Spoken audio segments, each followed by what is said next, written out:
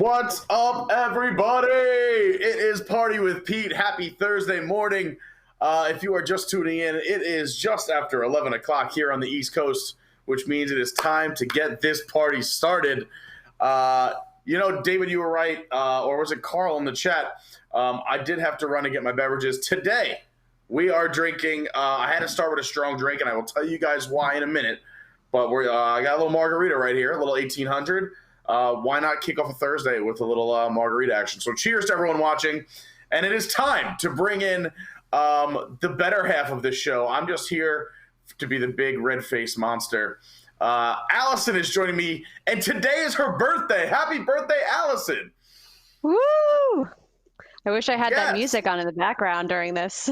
Right? Pumps you up a little bit. I like that music. It puts me in the mood for the show. I'm like, yeah. So are you doing anything special to celebrate your birthday today? Oh, so about 3% of the restaurants are open and doing curbside takeout. And so luckily, my favorite restaurant in the area is. So basically, you put your order in, you drive up, you pop the trunk, and they put the stuff in the trunk, and then you take it home. So there's no contact. And so this will be the only time in the last 5 weeks that I have gotten food that is not prepared by me. And I can't think of a better way to celebrate. That sounds amazing. What is the name of your favorite restaurant? It is called Let. It's on Magazine Street in New Orleans. There are a million delicious restaurants, and this is like... Oh, I know. That's why I was curious. As a favorite. Yeah. Oh, it's amazing. What kind of cuisine do they serve? Let. So typical New Orleanian, like Cajun, Creole. Okay. But I would say they elevate it a little bit, mix it a little bit with French. So they have an appetizer that I've been wanting to try. I go to this restaurant pretty frequently. This appetizer is like their blue crab claws with passion fruit butter. The appetizer, though, is outrageously priced for an appetizer, right? So I figured for my birthday, I'm going to splurge and get this $28 appetizer. It's almost like being at Disney World, right? Disney prices. And I know you have good taste in food. We've met up on Long Island and we've eaten together. We're both from Long Island. For those who are just tuning in, Allison and I both grew up on Long Island in New York, and now she lives in New Orleans. I live here in Orlando. And we both have a taste for good food. We always identify we're on the same wavelength when it comes to food. I know, like when we're at Disney, we like our table service restaurants. Like that's kind of our style. Which, causes me to go broke, but, we like some good food. So that's exciting. So that appetizer sounds amazing. Yeah, I'm excited. And then to get a Gulf fish for the entree, which is only $1 more than the appetizer, but I figured let's splurge a little bit. And we're saving by having the wine that we bought ourselves, which is not marked up as much as a restaurant. So really, it's going to be a cheaper meal in the end of it. Yeah, you just saved like 70% on that bottle of wine. So exactly. So is your hubby home today, or is he working, or is he working from home? He is. So we are working from home, which is sort of a nightmare because we have a 15-month-old. And so usually what we do is we split up the day in shifts. The baby sleeps from 12 to 2. So I take the morning and take care of her from 9 to 12. And then she goes down for a nap, and I start working then. And we're both working like during the nap. And then he takes the afternoon. And then all the hours that I can't do from the morning, I make up in the evening after she goes to bed, which usually means a 6:30 to 9:30 working again in the evening, and then like trying to get everything ready and do it all again the next day. So it's not an ideal situation, but hey, we are both employed and able to work from home, which is really a blessing. It's just draining. But I took today off. I took yesterday off and made it a real holiday. There you go. I was going to say that sounds exhausting, but I was going to finish with please tell me you took today off. And I know it's not nap time yet. I just saw your beautiful daughter before the show started. Sorry you guys missed it because she is friggin' adorable. I can bring her out for a parade shortly. We need a parade at some point before. I was going to say I don't want to interrupt nap time if she's already down, so I don't want to do that. Not yet, no. All right, so for everyone who is just joining us, if you are new to Party with Pete, we primarily use the YouTube chat. So if you're streaming us on Facebook, Instagram, Twitch, Periscope, if you want us to see what you are writing, jump in YouTube, go search Party with Pete or WDWNT. And that's the chat we'll be using. That's where we get to say hi to everybody. And right now, I want to give shout outs to everybody who was here early, like I do all the time. Alyssa, Carl, Adam, Brandy, James, Courtney, Michael, David, who did, what's Diz. Oh, by the way, thanks for the YouTube follow on my personal channel. Appreciate that. But yeah, thank you. Yes. The baby is making a cameo. Yes. She only has a minute, but I wanted to show off her Disney dress. You want to say hi? You want to wave hello? Oh say my hi? gosh! Hi. Yeah, good. Hey. Yeah. So she's got Mickey and Donald on her outfit, which was bought by her grandfather because he is buying out shopdisney.com. Because he has nothing to do while being quarantined by himself on Long Island. That's right. Nothing to do. He's got nothing to do. Nothing to do. Buy me clothes, Grandpa.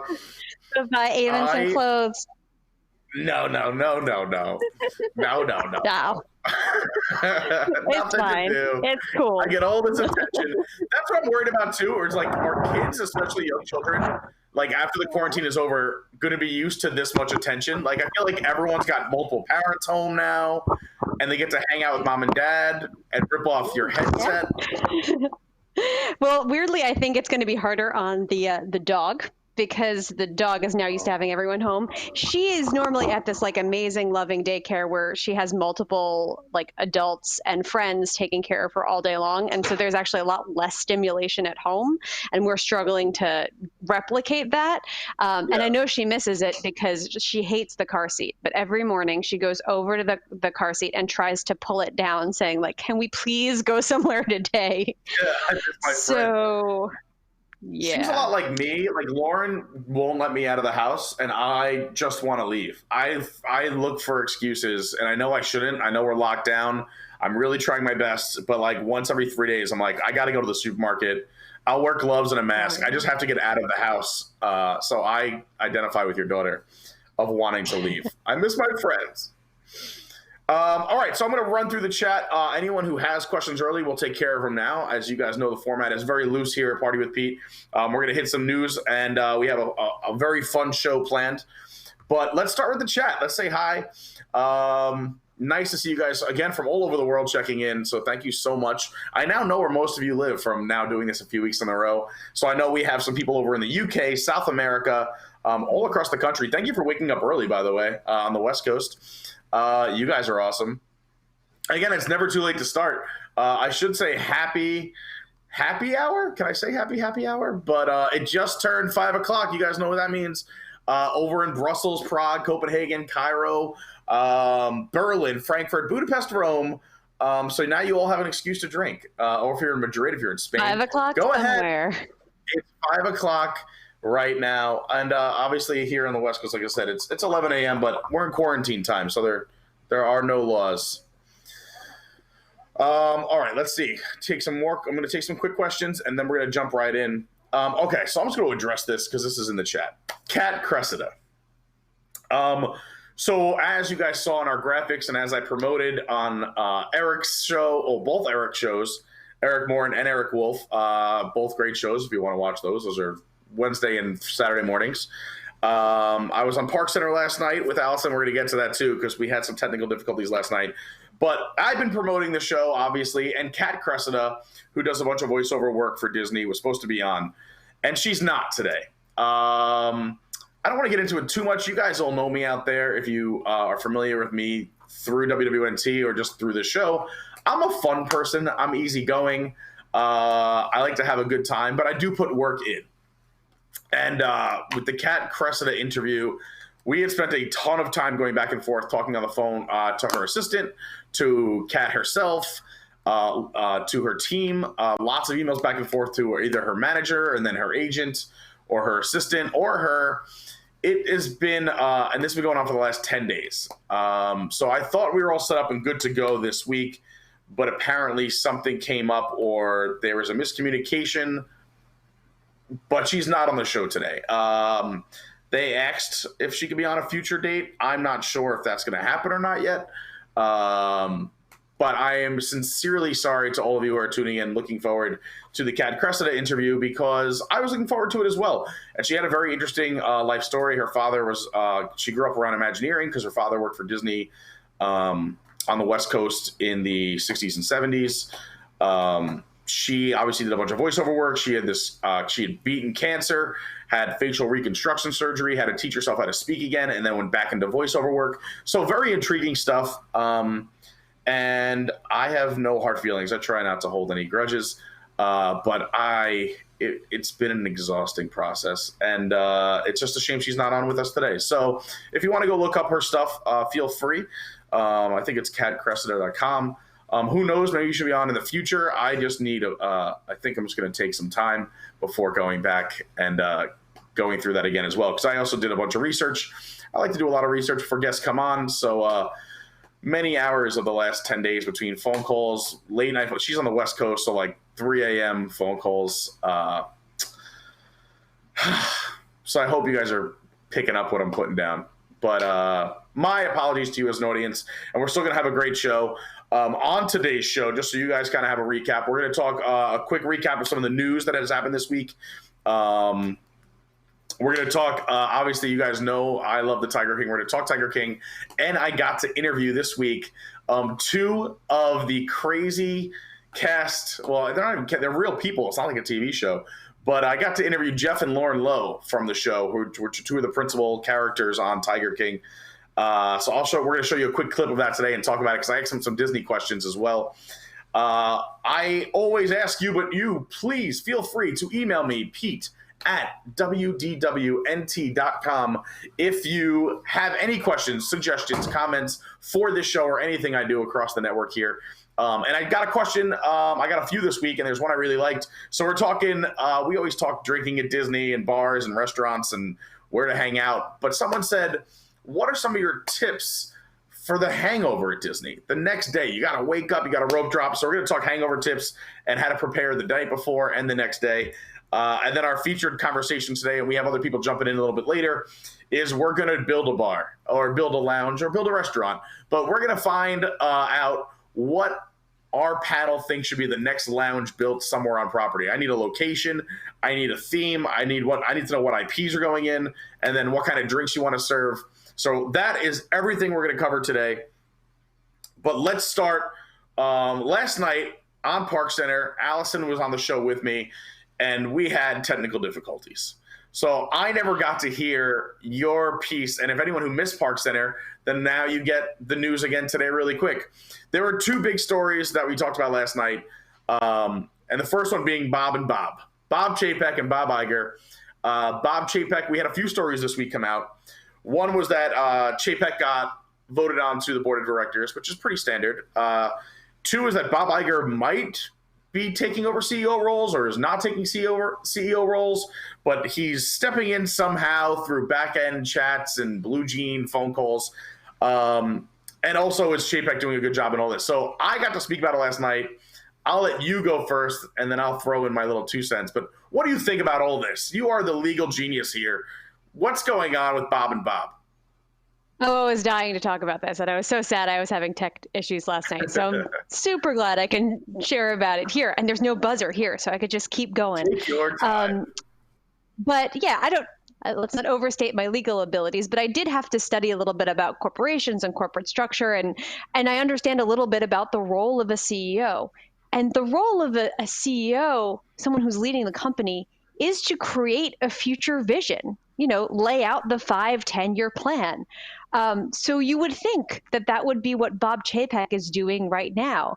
And Bob Iger said he was doing that. And so, yes, there's a little bit of of course, there's going to be some training, some working with him.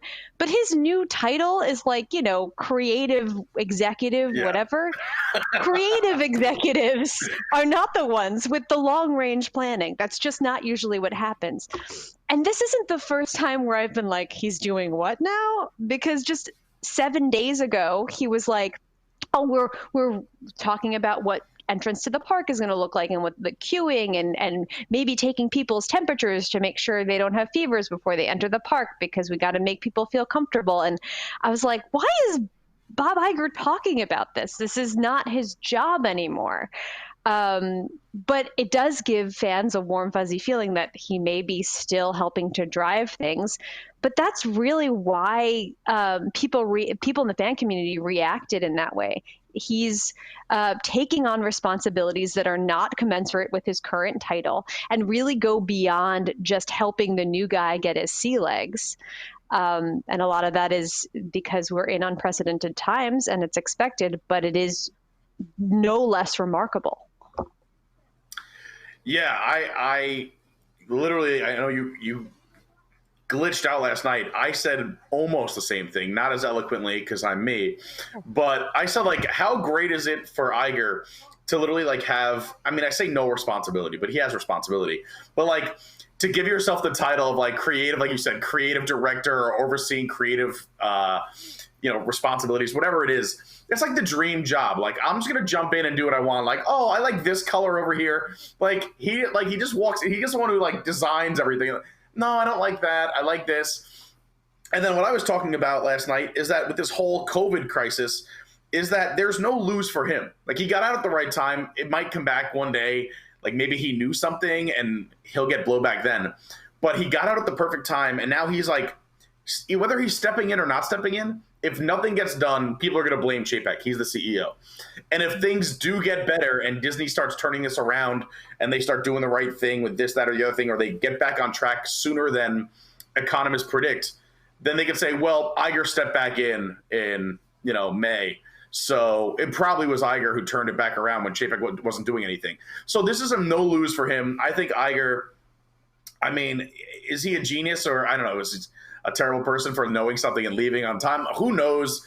But he's a genius because now he's just in charge of creative decisions, and now he's like coming back in to help out Bob, which again is normal procedure for an outgoing CEO and an incoming CEO.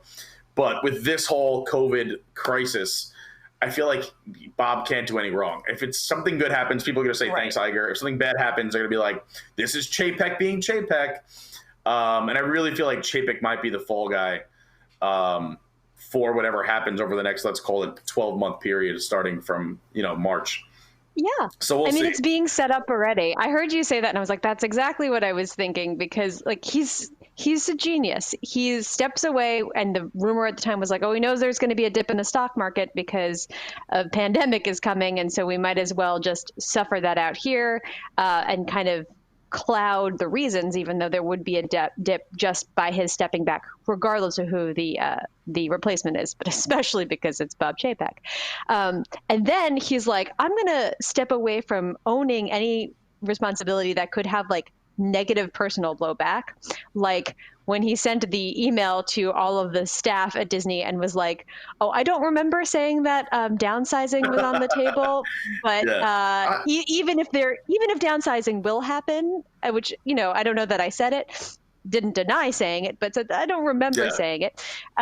It wouldn't be my choice. That would be up to my successor. But somehow, like, the future planning of the structure of the company is his job, and he can take credit for that and the warm, fuzzy feeling that gives investors. So he's really just like insulating himself. And I was gonna say, he's like, when it comes to layoffs, I got to check with the boss, Chapek. I would never make those decisions.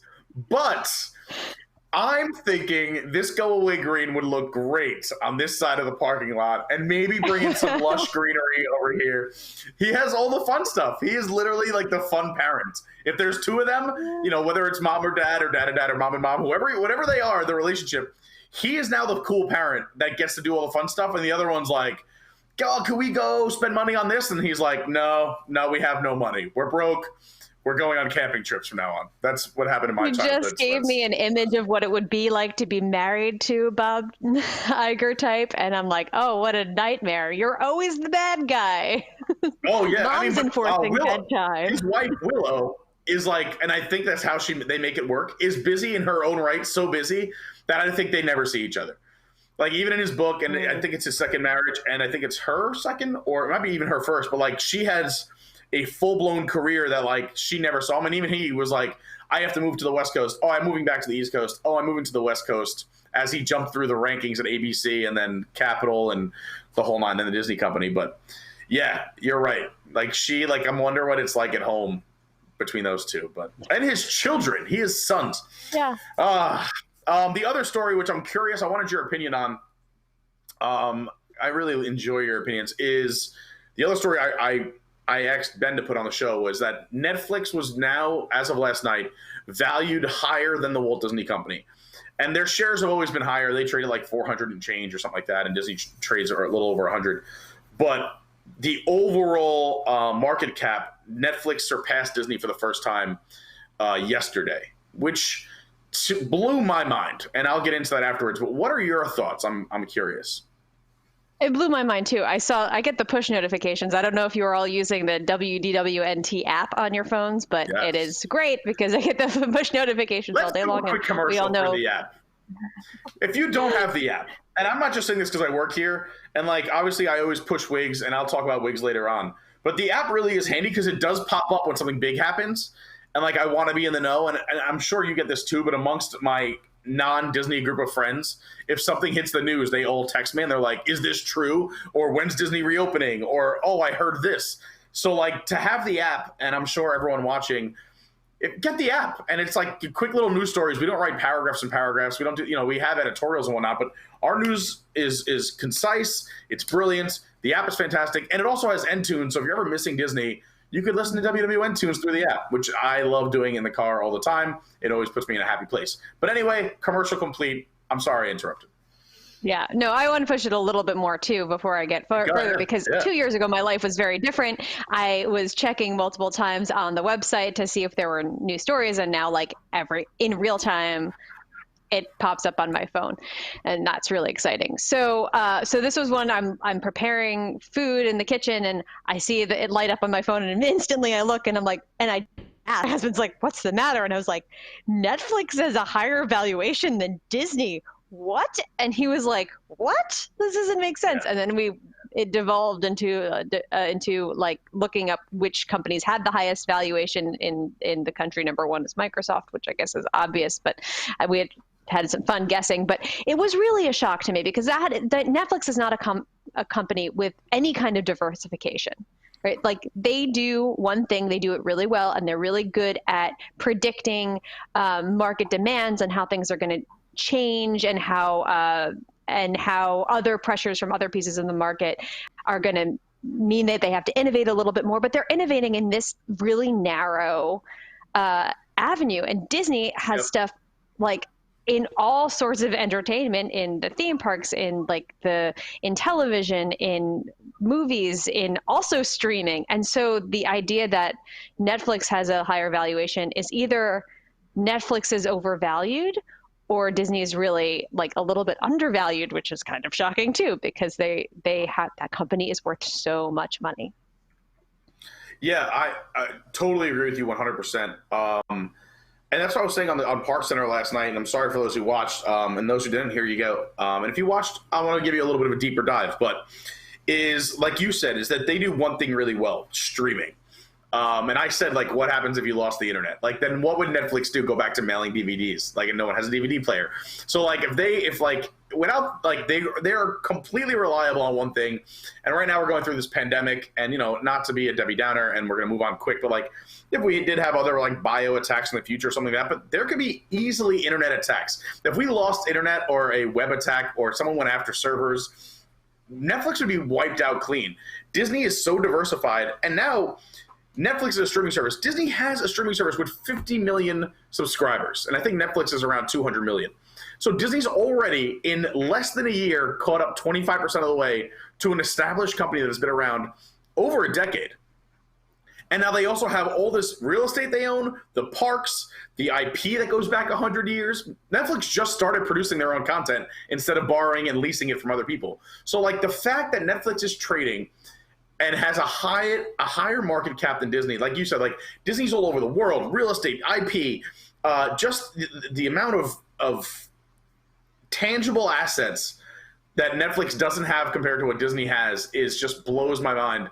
And you said at the end, I don't know if one's overvalued or undervalued, and I think it's both. I think Netflix is way overvalued. It makes sense why it's so high now, especially with, and again, like I'm always a glass half full guy, but with with the you have the experts saying like Corona or something else might come back in the fall. This won't be the first time this happens in our lifetime. So everyone's stuck at home. Netflix is on almost every television, probably at some point throughout the day in almost every home. So like that is a huge, advantage or commodity, whatever you want to call it. But Disney, I mean, they're trading too high. They're a one-trick pony. Disney has all these other, like I said, a lot going on for it. I think Disney should jump back up to around the 120s, 130s, hopefully in about a few months. And I think you'll see Netflix trend back down to life. And I don't think it's a bad thing. I just think right now they're trading so hot, they need to come back down to earth a little bit. So that blew my mind, the whole Netflix versus Disney thing. And I wanted to hear your opinion. So thanks so much. There are two other quick news stories. I mean, obviously we covered a lot of them on Park Center last night, and you hear them all the time. But two new ones that popped up was the high-speed rail line here in Florida. So if you're not a Florida local, Virgin is building a high-speed rail line that will connect Miami all the way up to Orlando and around back down to Tampa. So it'll go Miami, Fort Lauderdale, West Palm, Orlando, and then over to Tampa eventually. And then now they're saying it's a perfect stop since I say we as if I own Disney. Since Disney is such a large destination, it's a natural to have a stop between MCO and Tampa at Disney, which is amazing. So that means everyone who's in the state of Florida, this will be a lot faster. You can get there for cheaper. You don't have to drive. Pack the family in the car. Also, it's gonna, I'm sure at some point, once it's up and running smoothly, gonna eliminate the Magical Express almost completely. When you could hop on a train that is a speed train from MCO and get dropped off on or right next to Disney property, instead of doing that 30 to 45 minute ride. This is going to be amazing. And what's cool about it is they haven't stopped working during this whole COVID crisis. So they're about 30% done. They're due to finish in December of 2022. 2022 is when they say Disney should be back to its full, we'll say running it full steam, as opposed to, these low numbers we're going to see for the next year and a half. But I think it's really exciting stuff. I can't wait to see what happens with the speed line. Do you have any thoughts on this? Oh, so many thoughts. So we've been talking about this for just about a half a century. And so it's, and I went to college and started college in 2003, which is a long time ago. And we were talking about it then because I was in college in the Central Florida area. And I was like, oh, hopefully this will open up when I'm in college and I can make use of this. I've not been in college a long time.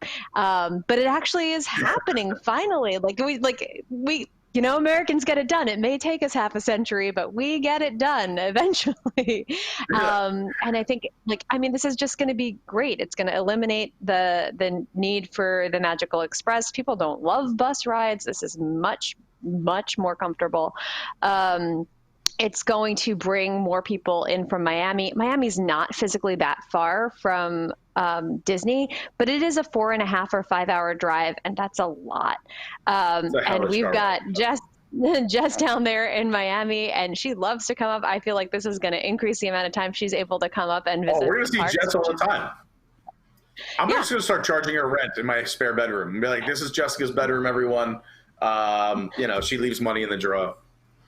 No, I totally agree with you. And like you said, it's not that far away, but 4.5 to 5 hours in the car, especially with children, has to be grueling. That is a full day trip alone.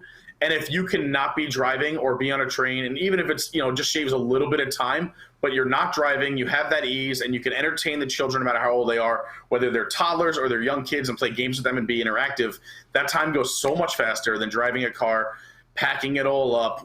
And now that you have to pay for parking on Disney property, whether you're at a resort or at a theme park, to take the train up, and you could use the transportation on property. It's a dream. I've been talking about this for years as well. We've talked about this in the past, but I'm happy we finally have a date that it's going to be done. And even if it gets pushed back, at least they're trying. And it's an outside company, so it's Virgin, and they're still working through the pandemic. I think it's 168 or 186. My dyslexia has messed me up, but that's how many miles it is. So you could easily social distance your cruise, whether you have crews of 2, 3, 4, 5, 6, and space them apart. So I'm excited about this. I think this is only going to help Disney parks. I think it's going to help parents and families. I think it's going to get their numbers up. I love this. Yeah.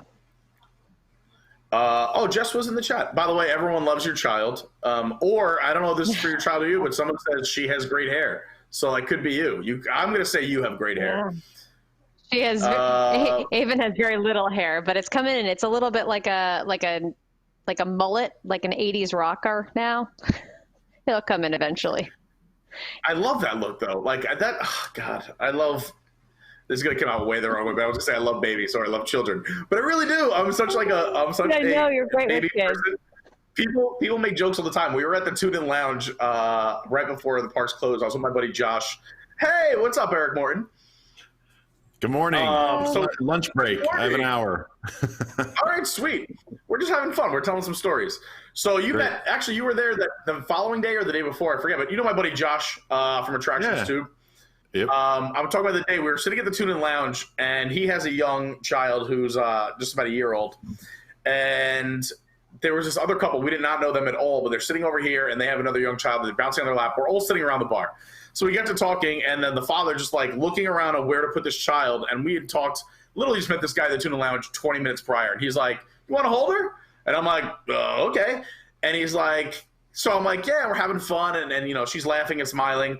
And he's like, I was kind of doing that to be, I can't say the other word, a jerk. He goes, my baby hates everybody. He goes, I have no idea how this is happening right now. And I'm sitting at Tune In Lounge. I got my double Tito's and soda, and I'm playing with a child who I don't even know the child's name. We met 20 minutes prior, and parents are just handing their children off to me. They don't know anything about me, but it was a really good time. Anyway, I love young kids. They're adorable. How's work today, Eric? Fantastic. It never stops. It's a little goes all rainy night in today, my but dreams, and I wake up and here. yeah, it's nice out. I like it. Oh, like so What do you do for work, Eric? My company does like technology infrastructure stuff. Oh, Fiber good. Yeah, so you are also still working. Infrastructure. Yeah, Sounds fancy. Yeah, we also put in like repeater systems for police and fire, first responder radio systems in places like schools where we really want the police and fire department radios to work properly. So anyway, lots of that going on. So you're very busy this, right now. Very busy. Yeah. This weather, while it may look doom and gloom, I know like my friends in New York last week were like, oh, it's raining and miserable here. Like you're lucky. It's because it's been like 92 degrees. It's been 90-ish for the last 2 weeks down here. And today it is like a cool 68. It's rainy and like, you know, a little drizzle, but it is so welcome to have the windows open. I'm loving this. I'm sure that you noticed as well. I noticed the grass starting to get brown too, so it's nice to get a little rain and hopefully green up the grass a little, improve the view. Yeah, even my lake, you can tell it's about, I want to say like 18 to 20 inches down. Like we need rain. And it's hilarious because in August it rains every day, downpours every day here. But again, every month is a new month for me. I'm a new Floridian, so this has been weird that through March and April it has been dry. Like we went like 15, 16 days without a drop of rain. Yeah, that's the best season. It was wild. All right, so I'm looking through the chat quick. I'm just trying to catch up because I'm always a little behind, and I love. By the way, thanks to everyone who has jumped into the YouTube chat. There is a ton of you. We have several hundred people watching across YouTube, Facebook, Instagram, Periscope. So thank you so much to everyone. Really sincerely appreciate you watching. And for all you guys who are WIGS members, thank you so much again for being a WIGS member. If you don't know what a WIGS member is, it's our WDWNT Inner Globe Society. For as little as $2 a month, you get lots of bonuses, extras. We do post shows. Last night after Park Center, we did an extra like 35 minutes with the WIGS, answering questions, talking about stuff we can't talk about on air. So I'm very grateful to all the WIGS members and also all of you guys who are just tuning in. Thank you so much. And if you're watching on the replay, give a chat in the YouTube comment anyway. Give a little thumbs up. Help us out here at WDWNT. Let's get this video everywhere. And thank you for joining me in the party today. So as we're going through, let's see what we got here. Don't email Kat Cressida, but thank you for saying that, everyone. She was kind enough to give me time, and we went through a lot of things together. Again, I'm not one to hold a grudge, and she's not a bad person. It just didn't work this time. So please don't email her. But we're going to have lots of other new guests coming up in the next few weeks. Like I mentioned, yeah, I mean, I got Eric and Allison. So, like, I don't know what else you guys can ask for. Also, we're bringing back, so like I mentioned last week, Piano Rob and I have been in contact. He wants to come back. He loved being on the show, so he'll be back on Party with Pete. Piano Rob from Jelly Rolls at the end of the month. So stay tuned for that. And I have calls and emails out to some other really cool guests. So I'm very excited. We'll see what happens. You never know. Sometimes you get the yes. Like I said, I got the Tiger King people. So, like, that's crazy. So you never know. I got some big Disney asks out there, and we'll see. I have some good feelings about some pretty big guests. My goal is to really just get guests where Tom gets jealous, and he's like, all right, Pete, enough. So that's the goal every week. It's just to get Tom to be like, enough. I want them on News Tonight. Next week, Bono. Paul Adler, you are so nice. I remember you wrote something really sweet last night as well, but he wrote, I'm so happy we just get to be here with Allison and Pete. Oh, this is before you jumped in, Eric. Looking at you guys cheer me up. That's very sweet. And a lot of people being very grateful. You know, listen, WDWNT, we're doing 2 live shows a day. I don't know if I'm throwing you off guard here, Kevin. Kevin is our producer, by the way, and he is the man. Kevin, thank you so much for doing this every week. And you do a lot of other shoes as well. So, guys, everyone should love Kevin if you ever meet Kevin. But do we have the schedule of the upcoming shows? Since we're going to talk about those real quick. Mm-hmm. Can I throw that up? There it is. Boom. So we are banging out 2 shows a day throughout this entire COVID pandemic and trying to cheer you guys up. So it's really nice to see that in the chat. But anyway, tonight we have our flagship show, our WDW News Tonight at 9 p.m. I'll be on the show tonight too, which is exciting. So if you really are sick of me, I apologize. But otherwise, it's been a minute since I've been on the show. So I'm coming back tonight, and we're going to have lots of fun things planned. You do not want to miss it. Tomorrow morning, we have Cooking with Nick. Everyone knows, if you don't know this, we've done Cooking with Nick on News Tonight and during the marathon shows and other segments. Nick is a really good cook. He's cooked at our live events as well. I had his pineapple lumpia at Wreck the Holes a few years ago, and it was delicious. Tasted just like the lumpia they serve at Pandora World of Avatar. So Nick's the man. Whose cue is it anyway? Our take on whose line is it anyway? I cannot wait for that. The first one went swimmingly, so tomorrow night should be fantastic. Saturday morning, Locked In with Eric Morton. We got Eric on the show right now. So, Eric, you want to talk about Locked In? Sure. So basically, the main idea of the show is we just cut to shots of my dog. I think that's the most popular part, but no. So, use your props when you can. We are going to talk this week. I have a few things going on. I know 2 of the major topics. We're going to be plussing the parks. So to give you an idea, Pete, last week for the viewers, we talked about opportunities to enhance the guest experience. I'm not talking about adding attractions. Going to talk about things you can do to plus the parks. Our example was the Skyliner, right? Improve the view from the Skyliner, add some landscaping or things to look at while you're riding it. In addition to that, we're going to create our own resort. So do your homework, Pete. We're gonna build our own Disney resort. So I know you're building a bar today on this show, right? We're just going to build a whole resort. Today we're building a bar, a lounge. Yeah, you're doing a whole resort, which is insane. Yeah, we're going to do a whole resort. Definitely tune in Saturday morning at 11 a.m. You get Locked In with Eric Morton. You do get the Butters Cam, which is the dog out there, and I'll be on that too, which is fun. Saturday mornings. And then Saturday night, I'm on that show too. Jeez, I'm never going to sleep. But I'm excited for it. I'm back on the RPG. That is our role-playing game. I had never done a role-playing game until WDWNT, the RPG, and now I'm hooked. We're doing the Tomorrowland travesty. Tyler has been writing this and setting this up for a while now. I cannot wait. And you get the return of Baby Powder Pete, which is going to be fun. And then Sunday morning, you have We Love the Prequels with Nick and Jess, where they're doing the Star Wars prequels. So definitely tune in. Whether you love them or hate them, I'm sure they're going to want to know your opinion.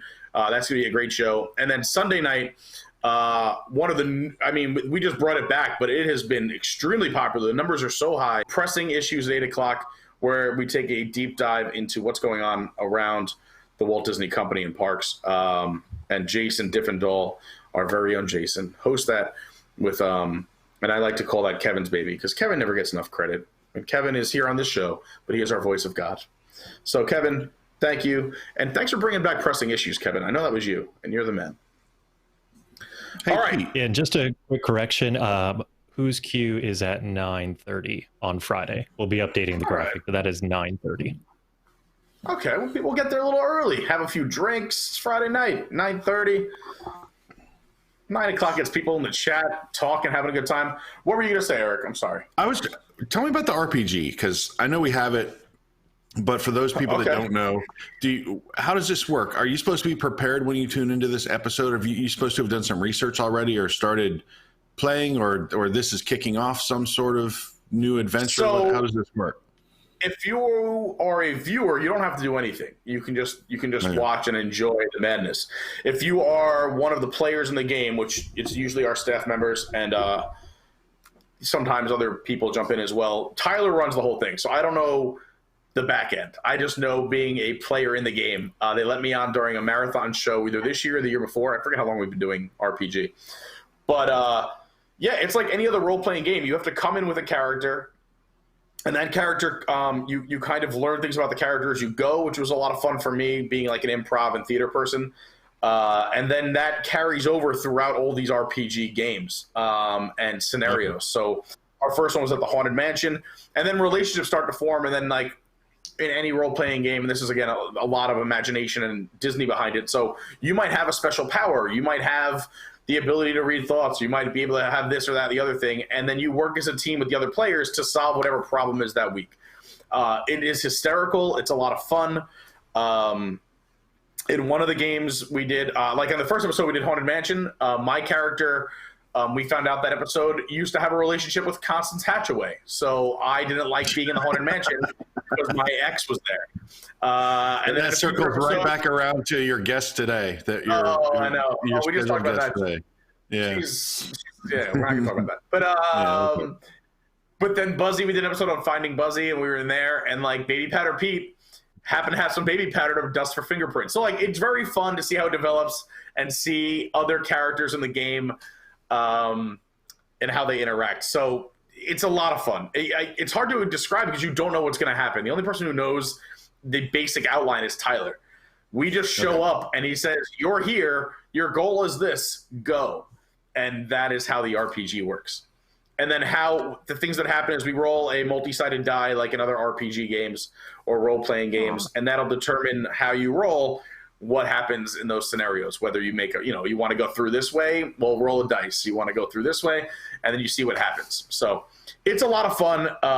You don't know what's going to happen. It's a lot of laughs. I would definitely recommend tuning in. Very cool. I just didn't know if I needed to be prepared with something when I watch it, or if I'm going to be totally lost. Sounds like good. There has been some hints and drops. There's been some puzzles and some I don't know if they're hints. I don't know how to describe them, but yeah, Tyler told us not little appearances. Yeah, Tyler told us not to look at them or do them, but they were for the audience leading up to this weekend's RPG. So if you've seen them in the shows or have done them, then that's great. You don't have to do them, but I think it furthers the story. And I think this is the conclusion of the Magic Kingdom story, I believe. I don't know. I'm just going by what I was hinted at and told. All right, so I got a question for you guys from the chat before we go further down the itinerary here. Courtney asked, what is your favorite piece of merchandise that you own? And this is going to be hilarious for Allison because she is not a merch person. I am not much of a merch person, so there's really only like 2 categories I fall into. And Eric, since you just got here, do you want to go first? Right from the chat. What is your favorite piece of merchandise you own from Walt Disney? So I guess I have a lot of merchandise, but it's not a well curated collection. I just have things that I see that I like. And it's got to be some artwork. So there were limited editions of the Stretching Room portraits that are pretty large that I picked up 2 of. There were only 250 in each one. I have one from 2 of them. I have 2 of them so far, and they're pretty cool. I really like those. I spent a fortune getting them framed. The frames are worth more than the artwork at this point, but they're really cool. And then I have some Pirates of the Caribbean art from Disneyland that I bought from the gallery there that I think is really cool. So it's probably stuff you hang on the wall. All right. Allison, I know you're not a merch person, but is there something you own that you are proud of? So I buy zero merch. I have two pictures in my office though I bought online and not through Disney, but like there are so many people who beautifully photograph the parks, and I found like two prints that I really love. My favorite park is Epcot. I really love the fountains in front of the Imagination Pavilion, and I really love the Fountain of Nations. So I have a photo of each at night that are all lit up, and they're in my office at work, which I cannot get into right now. But I like them because like I know what they are, but no one else does. Other people are just like, oh, those are nice photos. Like they can't identify exactly where they are. And I like being a stealth Disney fan like that. And then sharing that I podcast weekly, like drop that in later, and then people are really shocked. You're like, you? And then it becomes a thing. But so I don't really own anything else now. When I was a kid, my favorite thing was I had a Miko doll that was not a doll, it was a puppet, and it was like the size of me. It was almost like 3 feet tall, and I carried it around the parks with me all the time for like 3 years between the ages of like 9 and 11 or 9 and 12. And I brought it on rides with us, and it got us so much attention, and I like learned how to like really make it come alive and interact with like younger children in the parks. I had such a great time with this doll. I don't know what happened to it. I must have given away. I've looked for it. I no longer have it. And then now, although I have no merch, as I mentioned, my dad is on shopdisney.com and buys everything that becomes available. And so he recently bought a Stitch bikini for my daughter Avon, and it is the most hilarious looking bikini I've ever seen. I've texted my husband to come bring it, so hopefully he'll see it and I can share it with you all. But it's like iridescent and has like Stitch all over it, and it's so funny. And when I opened that, I was like, oh, this is why people really like merch. This is giving me a lot of joy. I love it. All right. So like you, first of all, I didn't even think of this, but I love these behind me. Where are they? That's a hand-drawn from Larry Dotson, who you might see through in the parks. He's there for Festival of the Arts, but also he hangs in Norway a few times a year on special releases. But he autographed that for me. Says best wishes, Pete. He dated it for me, but I love Kilimanjaro Safaris, and that is the view of the truck pulling onto Kilimanjaro Safari, the upside down tree and the giraffe. If you were go ahead. Sorry. No, go ahead. What were you gonna say? I was just gonna say if you were to go into my guest room, there's I don't know, at least half a dozen Larry Dotson signed prints. I love Larry Dotson stuff. Wow. Larry Dotson's great. Yeah, he's awesome. And then down here is a Greg McCullough from 2018, where he did the entire World Showcase kind of squished together. And then he brought it back this year for Festival of the Arts too, but that was the first year he did, I think, that drawing. And I think there's 37 hidden Mickeys in that painting, which is super cool to try and find. I have the list of all of them, but I taped it underneath the frame to the back so no one could ever see it. You just have to kind of find them on your own. So that's cool. My Illuminations, signed by everybody. Everyone knows I'm the biggest Illuminations fan on the planet. So we had Reflections of Forever, where we got to meet the director, producer, composer, singer. Everyone was there, and they all signed it. Super cool.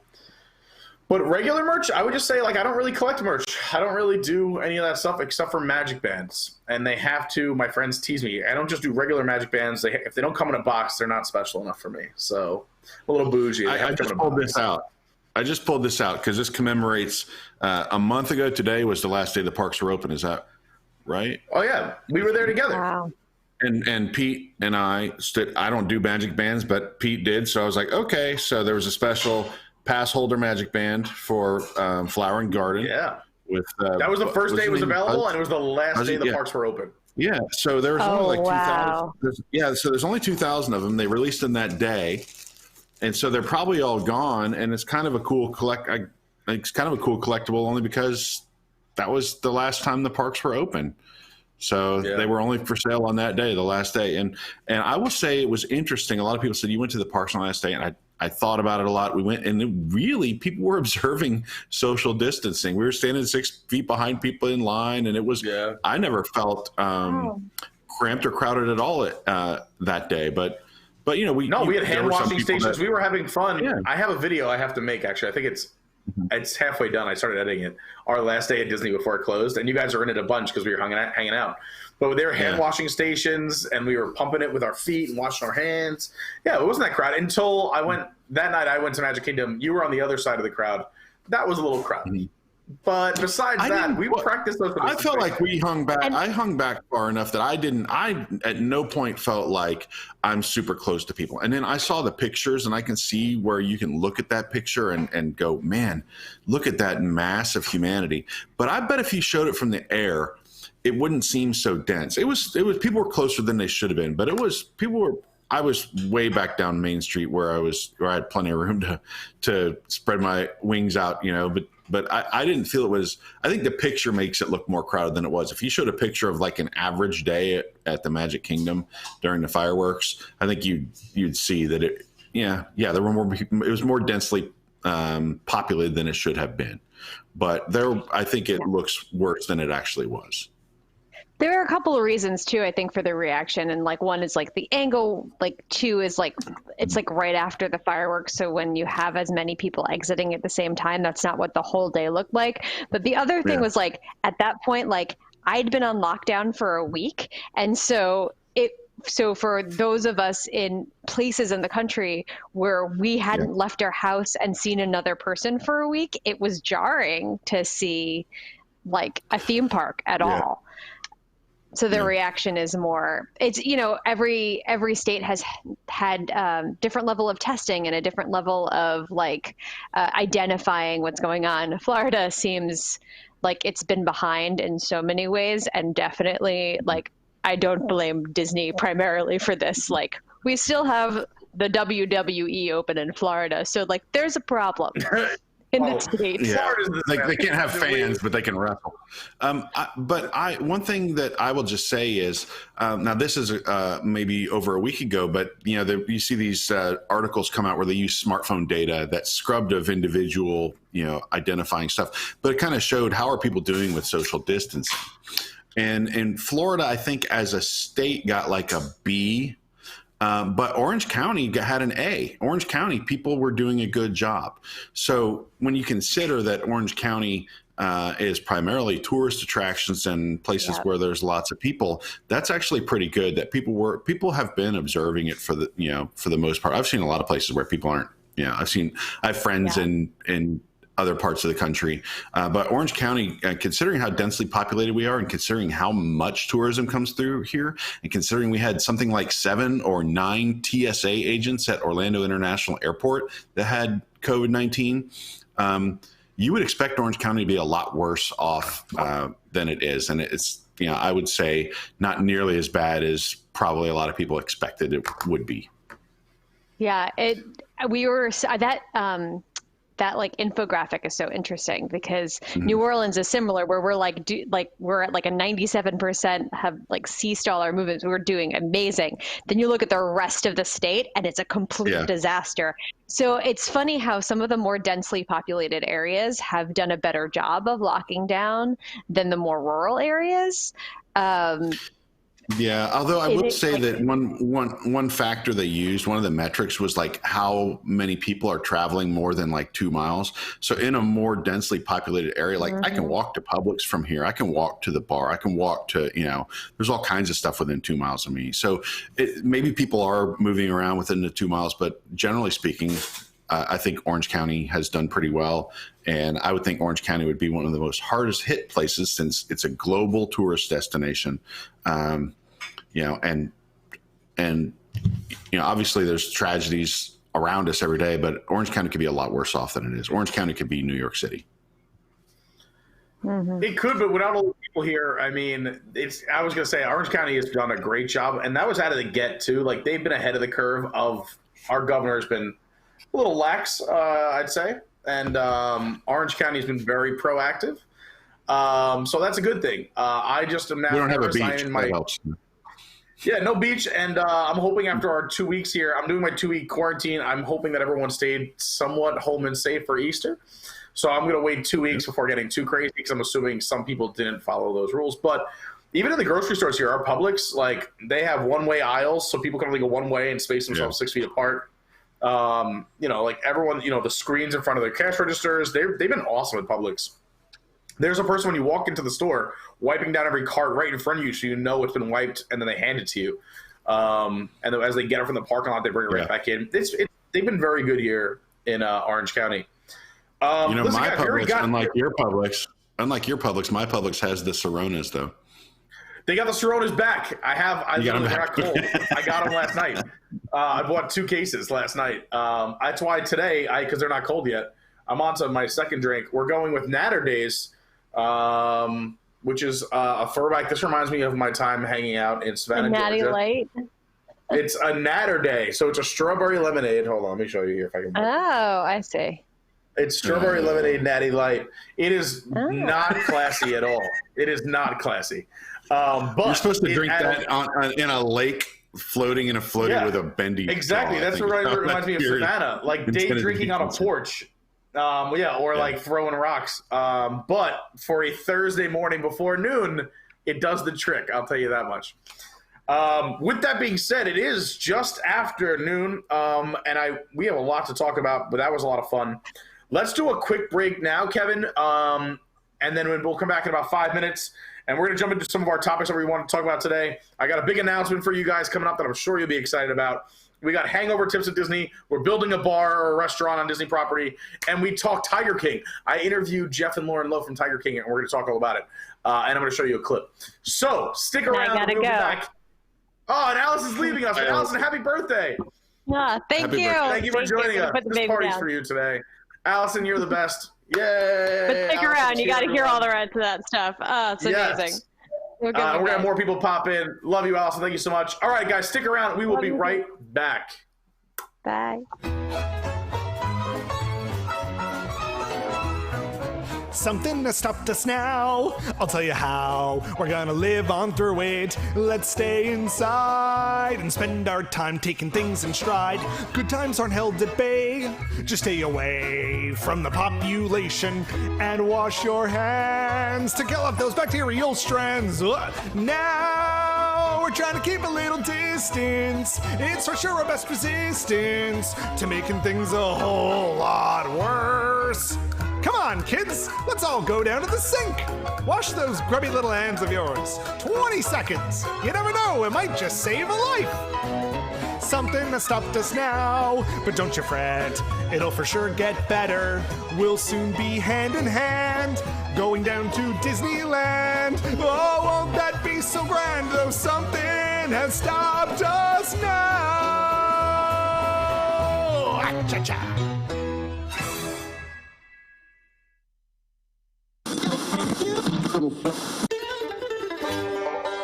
Are you tired of your monorail always sputtering to a stop? I know I am.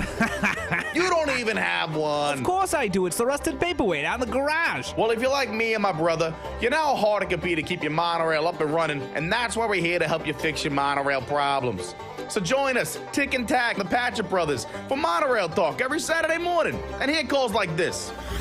So, I have this old Mark IV monorail passed down from my grandparents, and I'd like to restore it. Ooh, a Mark IV? Yeah, but every time I turn it on, it makes a noise like wah, wah. Yeah, whir noise, that's not good. Not good at all. I think that's the coupler unit. Bob Gurr told me about the whir problem back in 76, so was it 78? It was a long time ago either way. So we're in the monorail, and the window just falls off.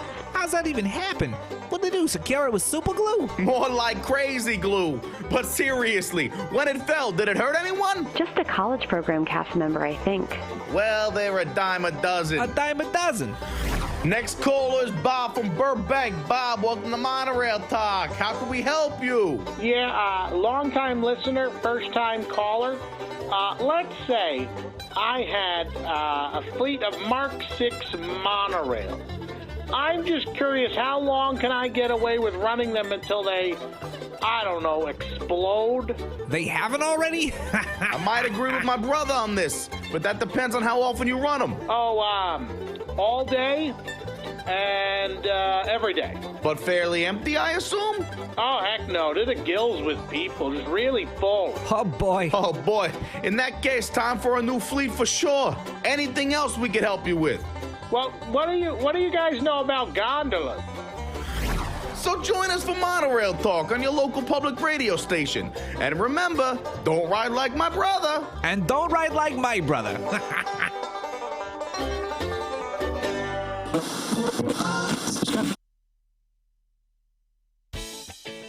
From the creators of Clue, Disney Parks Edition comes an all-new version of the board game you love, themed to a park you're trying to continue loving.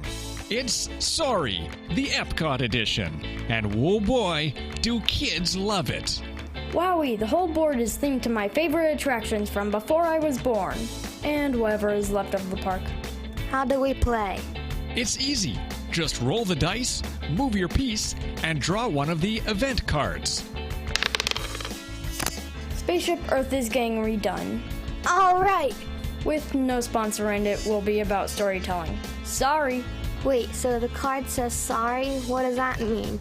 It means we're just sorry, okay? We're trying our best here. Are you really, though? Figment is back, but Dreamfighter is dead. Sorry. Club Cool is coming back, but you have to wait for 4 years. Sorry. There's a restaurant in space, but it only serves the Maria and Enzo's menu. Sorry. So, how do you win? You can't win. There is no winning. I feel like this is about more than a board game. Sorry, the Epcot Edition. Available at Mouse Gear and all new sterile white gift shops at Disney Parks.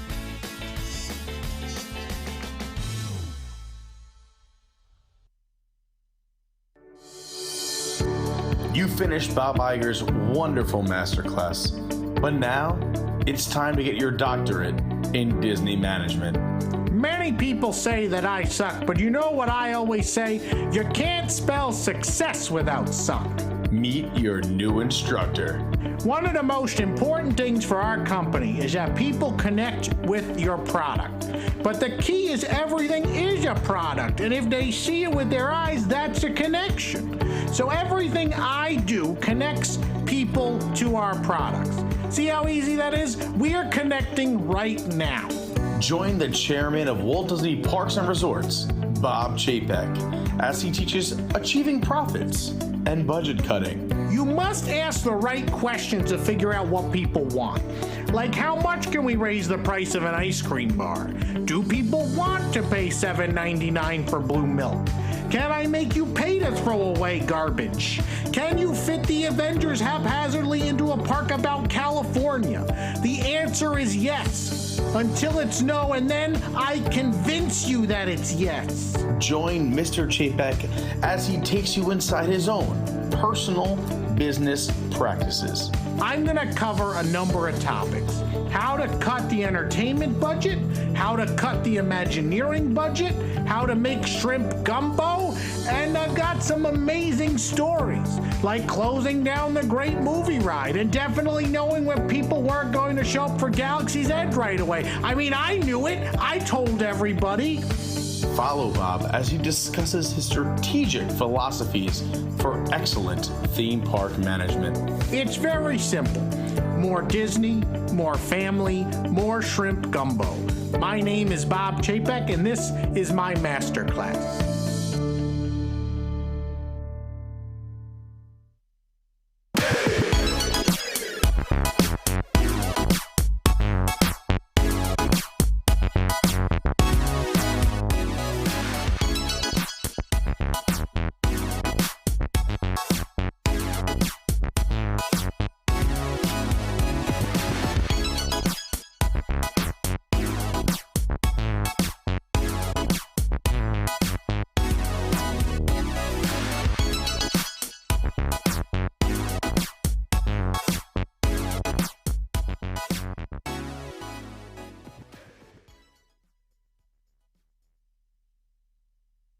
With Pete, and thank you for tuning in. It is just after noon afternoon. Well, it's just after 12 p.m. here on the East Coast. And wherever you are watching, thank you so much for tuning in for Party with Pete.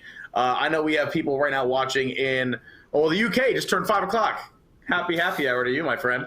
And South America, the West Coast, in Europe, Canada, New York, all over the place. Omaha, you guys are awesome. So thank you so much, and cheers to you. I did re-up. When I finished my natter day, I did grab some claws, because when you're drinking claws,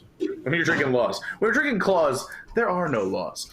But anyway, we are in hour 2, and I'm going to bring back our panel. We just lost Allison. She had to go take care of the baby. But we're bringing on a brand new face. You may not know this man, but ladies and gentlemen, I give you Sean Kloss I guess you're to my left, right? What's up, Sean? How you doing? Can you guys hear me? Oh, yeah. We can hear you, man. Perfect. It's an honor to be on Party with Pete, my first time on a panel. It's a great one to Dude, I am happy to have you on. For those who don't know Sean, if you know anything about our social media, whether it's our Facebook, Instagram, Twitter, Periscope, what else are we on? We're on TikTok. What else are we on? Yep. We're TikTok, Instagram, Facebook, YouTube, all of them. You run all of that. He is our social media man. You run the show, so thank you for taking care of that for us. I have to ask you a question right off the bat. I love that piece of art behind you. Can you tell me about it? Sure. It's actually, can anybody actually get, I'm going to let you guys first. Does anyone know in the chat? Again, if you're not aware and you're just tuning in and just joining us for Party with Pete, we use the YouTube chat. So whether you're watching on Facebook, Instagram, Periscope, Twitch, Crowdcast, the chat we use during the live show is on YouTube. So jump in there, say hi, ask your questions. And I want to know who that is. I love that piece of art behind you. So I need to know. If anyone in the chat knows, please tell me so I can look intelligent. I'd appreciate it. I'll give you a hint. It's a musician. Well, I figured that. I mean, the guy looks like he's got some soul. Oh, you're close. Oh, my God. I'm going to regret not knowing it. Is it Marvin Gaye? Yeah, exactly. Oh, how do I not know that? That does look like Marvin Gaye. Son of a... Yeah, my friend actually... when we DJ, we just see a name. We don't put a face to it unless I'm watching something. I mean, I play Marvin Gaye all the time. But I love that. That's a nice piece of art you got there. All right. So, guys, what we're going to do is in the first hour, we talk news. We said hi. Oh, I'm not sure if I mentioned this, but besides Allison's birthday, in the chat, it is also Jerry's birthday. So happy birthday, Jerry. Thanks for celebrating here at the Party with Pete. Pour yourself a drink, my friend. Pour yourself a drink. All right. So one thing I have to get into, have you guys both seen Tiger King? Yes. Sean? Okay. I had the chance this week to interview Jeff and Lauren Lowe, and I want to talk about it, but first I'll show you a small clip. I put the video on my YouTube, Adventures by Carney, but I have a little 5-minute clip here where I talk Disney with them. Kevin, you want to play that clip? I'm excited to see where this comes from. I mean, again, I get some of the local news here. So I get, this is exciting stuff. Speaking of local, Carol Baskin, I'm here in Orlando. Carol Baskin's place is over in Tampa. And I was going to say, I had my Jeff Lowe look today. I also was prepared for the Lauren look as well. I was going to go with the full Lauren, the flannel as well. So I came prepared, but I noticed you had a Disney shirt on. And let me ask you, since I am here in Orlando, Walt Disney World around the corner, Disney, when they first opened up their zoo, got a lot of flack, and it's not a zoo. They call it a conservation area or a preservation area with their Disney's Animal Kingdom. What precautions? I'll ask you a 2-part question. One, I don't know. Have you guys ever been to the Animal Kingdom here at Disney? I have. I have not. I've always wanted to go. So Jeff, let me ask you first. What do you think of the way they take care of their tigers? Do they give them enough room? Are you happy with that? Is that what the standard should be? Are they not doing enough? Are they doing too much? What's your opinion there? You know, I would never criticize Disney because I've been there several times and I see the money that they spend. They've got an unlimited budget. I mean, they've got more money than God, and they spend it wisely. I think people exaggerate the space that a tiger needs, because a tiger, sure, if you give them 1,000 miles, they're going to roam 1,000 miles. If you give them 100 acres, they're going to roam 100 acres. These animals are born in captivity. There's no longer cats being pulled out of the wild. I think that's cruel. If you pull a cat out of Siberia and stick him in a cage in Orlando, that's tough. But these animals are born in captivity, just like you and I are born in the houses and the neighborhoods we live in, and we don't go much further, except on special occasions. We are all the same. We all have hearts and we all have the same brains and curiosities. And I just think that if you treat them nice, you give them good medical care, you feed them properly, and give them love. You're protecting them from poaching. There's a reason that they're diminishing. The numbers are diminishing in the wild, and they're not diminishing in these parks. Everyone says there's a tiger. There's a tiger problem in America because there's too many tigers. Well, wouldn't it be nice if we had that problem in Asia? The wild, we don't. And Disney does a fantastic job. They got a beautiful facility. That's what I was going to say too, and Disney takes that very proudly with all their animals. Whether it's the gorillas, they had Jane Goodall there in the beginning, and everything else. So I was curious what someone else who has a tiger park thought of the way Disney takes care of them. Now, are you going to go after some of those? I don't know what you would call them, but like acknowledgments or commendations. Commendations where like you are going to be a conservation area or preservation. Are you a zoo? Like how does that work in your world? Well, we are a zoo. We're a roadside zoo, and I don't run from that moniker like a lot of people do. We're a zoo next to a road, just like the Dallas Zoo is a zoo next to a road. So they've just got taxpayer-funded dollars to spend, and we have to earn everything that we spend. So it's tough for us to compete with them.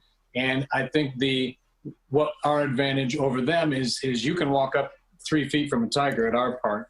And typically, if you go to the San Diego Zoo or the Dallas Zoo, you're looking at a tiger that's 200 yards away.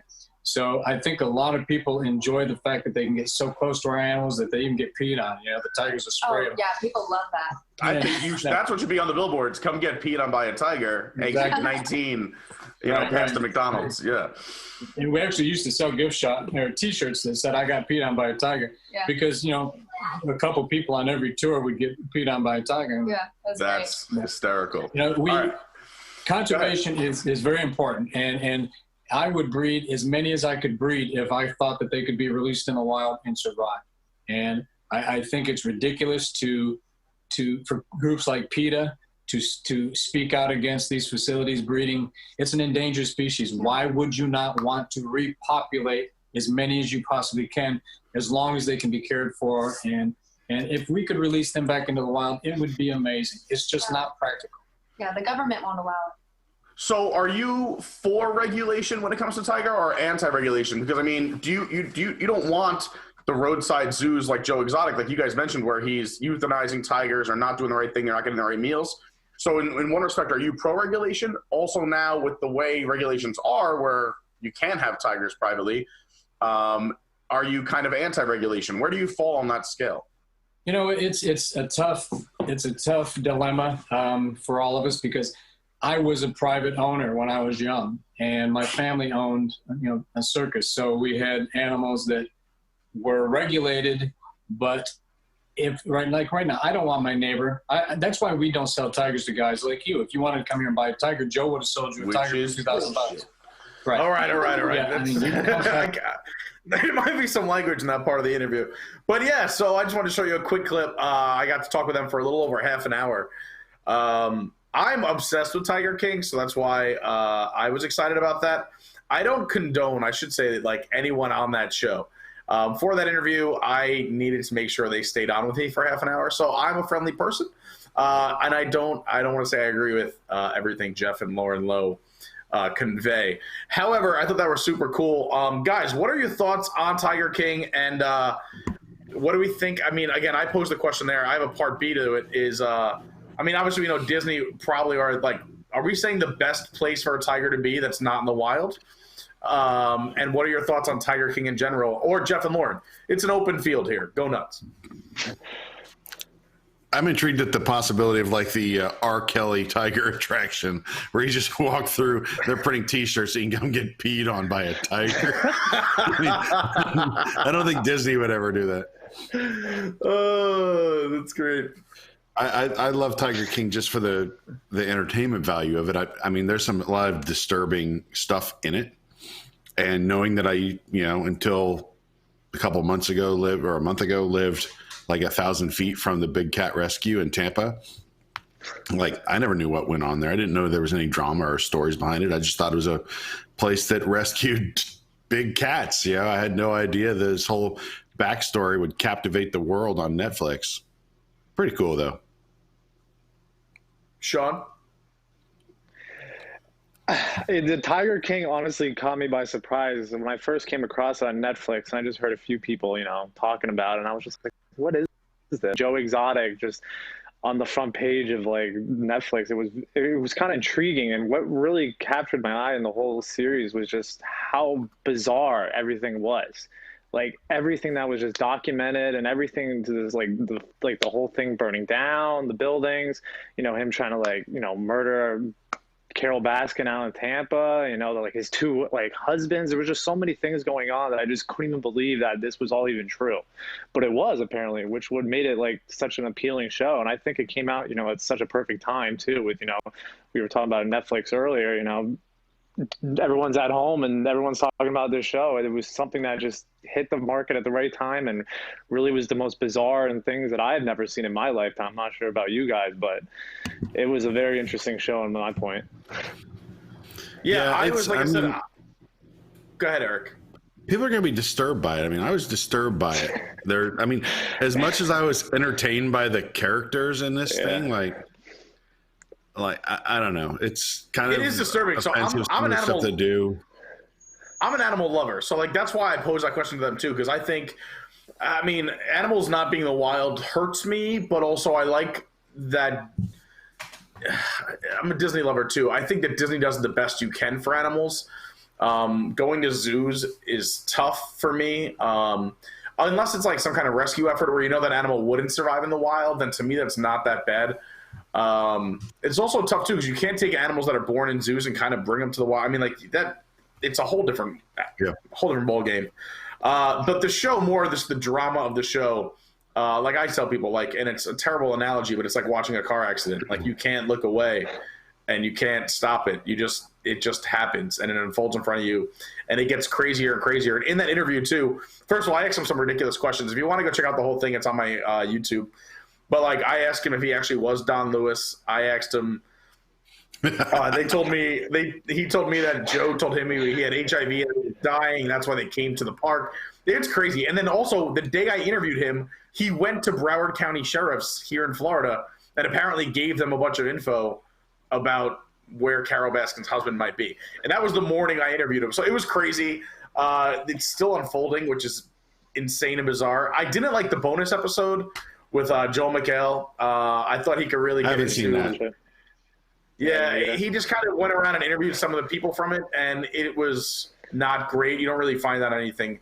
It was hard for me to get through because it just wasn't any substance. But anyway, think it's interesting what he said, Pete, though, where he's like, you can get 3 feet from a tiger, which is probably interesting to a lot of people. I'm terrified of tigers. I don't think I'd want to get 3 feet from one.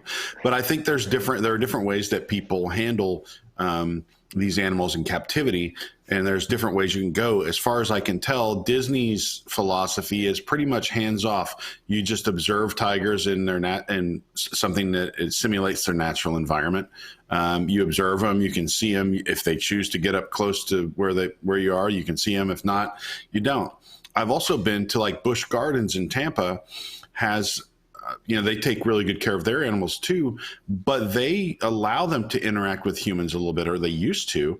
In fact, you could, they had a bubble, you could walk into the middle of the exhibit and you pop up in a bubble and you're in the middle of it where the tigers live.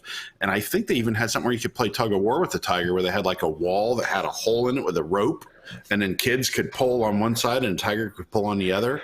And I don't know if that's good or bad. I don't know. But they weren't forcing the tigers to do it. So I assume that the tigers enjoyed the stimulation. It's a bigger version of version if you grabbed a rope and you made your dog or cat at home tug on it with, it's the same thing. Again, I'm okay with them if they're saving it, if it's in captivity, if it's staying with its family. I don't know anything about Busch Gardens down there, but I think Disney does the best. And also the way Disney frames it, they bring in all the professionals. Believe me, when they announced Animal Kingdom, there were protesters, PETA, everyone was there losing it on Disney, and they made sure they did the right thing. Also, these tigers, the tigers of Disney are Sumatran tigers, and they are, on their way to extinction. That's why they were trying to repopulate and keep those tigers. There was 2 tiger cubs, I think, a year and a half ago or 2 years ago now, that were born on Disney grounds. Yeah, I'm all about it. I love Animal Kingdom. It's my favorite theme park since I moved down here, as you can see right over here, which took the place of Epcot before I moved down here. But anyway, and before it was a shell of itself. But anyway, I just thought that was cool. I mean, it's the biggest phenomenon sweeping the country right now. So whatever your opinion on Jeff and Lauren Lowe, I got a few minutes with them. If you want to see the full interview, it's on my YouTube page, which is linked right here in my name, right over here somewhere, right here. Yeah, there. You got it. All right. So I always say this in all my episodes is that you can put it in the chat or you can email me any kind of topics, questions, concerns, things you want me to talk about. And I got a question from one of our fans. We talk about drinking and partying. It's Party with Pete at Disney when you're on vacation, having a good time in the bars and restaurants. But we don't talk about the repercussions, and that is the hangover the next day. You're still on vacation. You got to wake up. You got to rope drop. You might have your better half with you, your lady or your gentleman. You might have kids with you. You might have the extended family, your grandma, grandpa, parents. Let's talk about recovery. And you guys, I have a whole list. Do you guys want to give your tips or tricks for the recovery of you went out, you had a good time, the next day? I would say the process is important. The process is important when you're if you're going to hit the parks and drink, especially if you're going to drink heavily, mix in the water. Mix in some. Don't get dehydrated. Do a beer and then a water. I mean, it's not that hard, right? You're drinking all day anyway. Might as well drink some water. That's good hangover prevention. There you go. And the other thing is, the stuff you should know by the time you're my age anyway, what stuff is going to hit you harder, what stuff's going to give you a hangover. For me, something like champagne is going to give me a hangover, where, bourbon, whiskey, beer is not going to give me that hangover quite as much. Yeah, I agree. Sean? I think water is something. I think water is very important on the top of my list. I mean, I've been in that boat before. Going out drinking and then going to the park can be a big challenge in itself. So I think water is one of the most important. And I don't mean just drinking water. I mean a cold water shower right in the morning too, to wake you up. Mm-hmm. Those are very important. Just staying hydrated throughout the day is one of the big key things. And before you go to bed too, I know it's hard, you might not be as dehydrated and stuff, but I try to drink at least maybe 2 water bottles before I go to bed. So if you're going to hit it hard,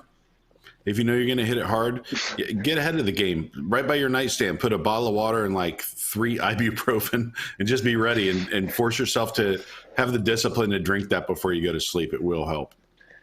And you guys covered a bunch of Yeah, sunglasses the next day are key. You guys covered a bunch of mine that was on there. As I was going to say, the cure to a good hangover starts the night before and really starts the morning before. If you know you're going to drink that day, like you guys both mentioned, is water is key. Not only drinking water throughout the day, because you're going to dehydrate yourself that night, is drinking water back at the hotel, like you said, before you go to bed. I do this in 2 ways. One, I always carry a 40-ounce water bottle with me in the parks. And I constantly refill it at quick service areas, and there you go, boom. And I want to make sure I drink at least 2 of those throughout the day. And if I'm falling behind or I haven't finished one by 2 o'clock, I don't let myself drink anymore until I finish that water to catch back up. So I can turn it around. Again, mixing water between cocktails. If you're going out late at night, we've all gone out. Actually, the last day before parks closed, I went out for Sean for his birthday. We were over at Jelly Rolls. And the next morning, I had an early morning the next day. Is, again, as you're drinking, you want to mix in the water. I would say back at the hotel, if you're staying here, have that water next to your bed. And I would say I think it's a great recommendation. If you can drink 2 water bottles before bed, you will feel 1,000 times better But if you can't drink that much water, or you pass out, or it's been a long day, is have one ready to go the next morning or in the middle of the night, because you are going to be thirsty and you want to finish that. It's funny you mentioned cold showers and showering. A shower really helps. I also, now I live here, but when I used to come down on vacation often, I used to love going for a morning swim before everyone else wakes up, or before I go to the park, is jump in that pool. I don't know, something about like refreshing. Even if I'm hungover, being underwater and just moving slowly through the water is very, I don't know, it's rejuvenating. It's like your own spot. Usually no kids or no one's around that early in the morning at the pool. So I love jumping in the pool. I'd also say a good breakfast. A lot of people might skip breakfast, and a hearty breakfast coats your stomach either the day before or the day after. Let that soak up all that alcohol and acidity. The problem with Disney, too, is a lot of their drinks are mixed with high sugar and sweeteners. Yeah. So if you're drinking their custom drinks or their cocktails, depending on what you drink, you're going to want to, mix that up with some food. Too much sugar can be a real bad thing. Try and know what you're good at. That's all. Like Eric made a good point. If you're good at beer, do beer. If you know what kind of wine you like, do that. If you like cocktails, if you're able to mix, you can do that. I know mixing is hard, and that's where it gets a lot of people, is during festivals at Epcot, you want to try everything. So it might be a cocktail here, a wine there, a beer here. And I would say have a plan. That's a big thing. And I talked about this when I did the quick segment on News Tonight, is have a plan. Also, and this is kind of crazy. Go ahead. I was just going to say, too, and they go a long way. I don't know if this is for everybody, but I like to make sure I have at least a multivitamin, if not a few different vitamins the next day, kind of help my body recover and get back on track. Pump my body full of vitamins, get out all that bad stuff. And then this is a little crazy, but I'm sure you guys have know it's possible. A little hair of the dog. Disney parks, unless you're at the Magic Kingdom, Hollywood Studios, Animal Kingdom, both start serving alcohol the minute the park opens. I have been known to have a margarita at 8 a.m. at the Animal Kingdom, just to give me a little hair of the dog, get me back on track. So, I mean, all those combined. Also, you can take 2 aspirin before you go to bed at night, 2 Advil. If you really feel like you're going to be hungover the next day, it kind of helps you throughout the night. You don't want to do too much of that, and don't overdo it, because obviously it'll thin your blood. And also, it's not great for your liver if you've been drinking all day. The aspirin can also won't not help your liver, but it will help your hangover. So don't overdo it. You don't want to do that too often. You don't want to do it every night, but on your big drinking night, if you want to do it, it helps. What were you going to say, Eric? I was just going to say, and it might be kind of gross, a lot of people already know this, but if you want to be in touch with how hydrated you are, you can usually tell as a guideline, kind of looking at the color of your urine. This was something we did in the military. You have a chart, and the darker your urine, the more water you need to drink. The closer you are to clear, the better, the closer to hydrated you are. So that's just a little tip for most people probably know that, but if you don't, look at your pee. Your pee should help give you an idea of how hydrated you are. And if you're not peeing, you're not hydrated. So if you're not peeing, that's a problem. All right. So again, thank you for everyone who wrote in suggestions, comments to Pete at WDWNT.com or in the chat. We will keep going through those. And if you have a question or something you just want us to talk about or a great idea, shoot me an email. Let me know. I'm working my way through them, and we'll get it on the show. We're having some fun. Hey, all right, Pete, guys, I'm at my hour. I'm at my hour for lunch break. I got to go. I'm sorry. I got to get back to work. All right. Sounds good. It's been a blast. I'll see you tonight, and I'll see you Saturday. So thanks. Yes, Pete. I'll see you tonight and Saturday. That's Eric Morton. Yeah. He has a show live here on the network Saturday mornings, Locked In with Eric Morton. Appreciate you spending your lunch hour with us, man. See you later. Thanks, guys. Bye. All right, Sean, I need you to use your imagination here. You're young. You have a beautiful mind. If you could build a bar or a lounge anywhere on Disney property, it could be in a park, could be at a hotel, could be at Disney Springs, where would you put your bar? What would it be? What kind of theming? What kind of IP, if you're going to use any? What kind of entertainment? Would there be entertainment? What kind of menu or drinks or food items? Tell me your perfect bar or lounge anywhere on Disney property. Walk me through it. So when you asked me to be on the show this morning, I started thinking about this question right away. The first one that popped in my mind is actually something that I heard was a concept, actually from a friend that worked at the Tower of Terror. But I think that the Tower of Terror would be a great place to put a bar. And I know the reason why they wouldn't, and they did, is I think merchandising didn't want it. They didn't want carrying drinks. And I think that would have been the coolest themed bar. I even was thinking drink ideas. So like I would think like a Jaeger bomb and pushing like as a, like the little shot glass, with it and drops in just like an elevator. So I thought that would actually be a very cool themed drink as well. And that whole thing as a specialty. I love that. Yeah. When that bar, I kind of, I remember when we talked about that. Well, when did that like really make its round around the news? Like 2 years ago? Like, I feel like that's when everyone was talking about that. Yeah. I got really excited. And then, obviously I talked with Tom and he said it's probably not going to happen. And I got really upset. But yeah, that's the perfect spot. I'm a huge Tower of Terror fan. There is so much you can do theming wise there. I mean, with I just think of like the flickering lights. Like if you just put like the theming that's like say at a Trader Sam's, and then you just translated what they do there to a Tower of Terror, spooky lights flickering, electricity, like you said, elevators dropping in. Even if you had doors that didn't open, but you heard like elevators dropping from time to time, or the lights flickering at your table. Yeah. Oh my God. And then also like even in murals, like in like looking down a window, having a family maybe flash and then go away like Little Pepper's Ghost, and having Easter eggs of all the Twilight series and stuff. I could just see it now, and they could just make so much money. And like I would pay the premium Disney price for a drink there because the theming and the experience is coming with that drink. Absolutely. And it's also too like the positioning of where it is in the park, like it's so set back, it's not really interrupting traffic. Like if you put it at that dead end or in the bottom of that tower, like you're not interrupting any traffic. It's right next to where like Illuminations lets out. So even if like you not Illuminations, Fantasmic. So like even if like you didn't get into Fantasmic, you can hang out there. If your family's in there and you're like, I'm gonna hang at the bar. It's so God, it's so easy and simple. Even if they go ahead. Even if they built another entrance like around like the corner and stuff, I know like they said the reason why is because people didn't want to walk through like the merchandising and spilling alcohol all over the store, and that's why I heard the rumors why they didn't go with the idea. But even if they built another entrance even around the corner, they could. Yeah, I like look like you said like that. Yeah, I kind of envision what you're saying.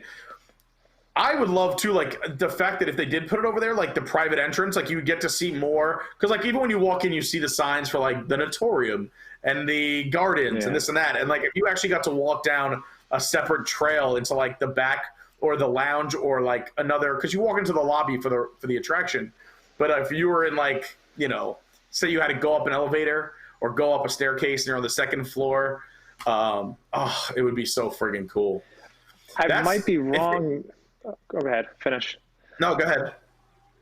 I might be wrong, but I think it's around the era of the theming is around Prohibition, or am I wrong on that?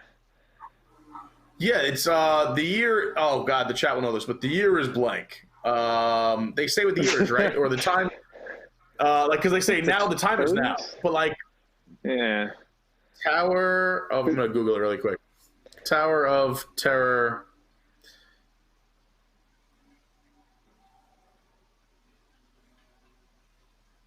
Yeah, it definitely would be cool, something, like a Prohibition kind of style, like entrance and everything.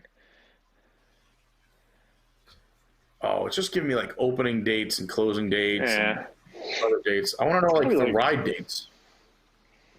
Yeah, like what's the actual theme of the year? We'll have to know. We have the smartest chat ever. 1939, someone's saying. So yeah, Prohibition would have ended, but yeah, that old timey too, like. Even the music track when you're in that lobby and like just I would be okay with that background music. It sets such an atmosphere. And if they did do a whole different building and they didn't put it in there, or it was like attached to that and you put it on the back and they cleared some of that brush, you might be able to watch Fantasmic from the second story because it's just over that short fence. So if you were there at night, like let's say, or if you walked out onto the balcony and you could watch Fantasmic, that would be so sick. I love that idea. Yeah, absolutely. All right, so for mine, this is tough because like I want to put a bar or a lounge like in all the parks. I was thinking like what I would love to have or see, and I thought about this topic because I was on Eric Wolf's show, the Wolf Den yesterday, and I don't know how we got into it, but I was talking about how I would want to open, and I always did want to do this. This is a real thing. I wanted to open a brewery at Disney Springs and have it be in partnership with Disney. Like. I don't want my name on it. It would be through Disney, and then CityWorks opened up and whatever. But like, I thought it'd be cool to have a brewery where like you can use Disney IP and make awesome beer. The beer names be awesome, different themed rooms. Like to have like a Muppets area, like them hanging around the kettles. Oh yeah. And to have things happening and like entertainment wise, like you can do beer tastings and beer dinners with characters. I mean, there's so much you could do. I mean, I used to work in beer sales in New York, so like we would make a beer dinner for any occasion. So like just any opening of a ride or a restaurant or an attraction, I would have a beer dinner for it, like in Disney. Like all the beers would be able to be made on property, and you could serve them throughout all the parks and resorts. So like, you're not like, you don't know if you won't have customers. You could sell the beer to yourself if you're in partnership with Disney. Getting brewers to come work there would be super easy. Craft beer is booming in the United States, still in its golden era.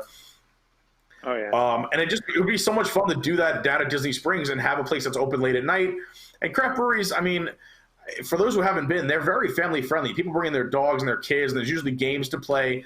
It would be CityWorks is a decent atmosphere, but I envision more of a play vibe, more theming, more things animatronic that might pop out of the ceiling, or like have like a staged kettle. Like you can buy used brewing equipment for almost next to nothing, but like have like steam coming out of it, or whether it's a Muppet or it's Goofy or whatever it may be. And I can plug in any IP to any beer or any restaurant. Like I said, I would have different rooms and areas that are themed to different IPs. That's the dream. That is my true dream. Like that is where that's going on the vision board. What would your top 3 IPs be for the rooms? I wanted for sure, because I mentioned it a few times, I definitely would do something with the Muppets. It's huge. Yeah. And it's kind of limitless in terms of like what you can do. You don't have to follow a certain storyline. They've done everything. You can have something be wacky or silly. You could have, there's so many characters and things you can do. I would for sure have the Muppets somewhere in there.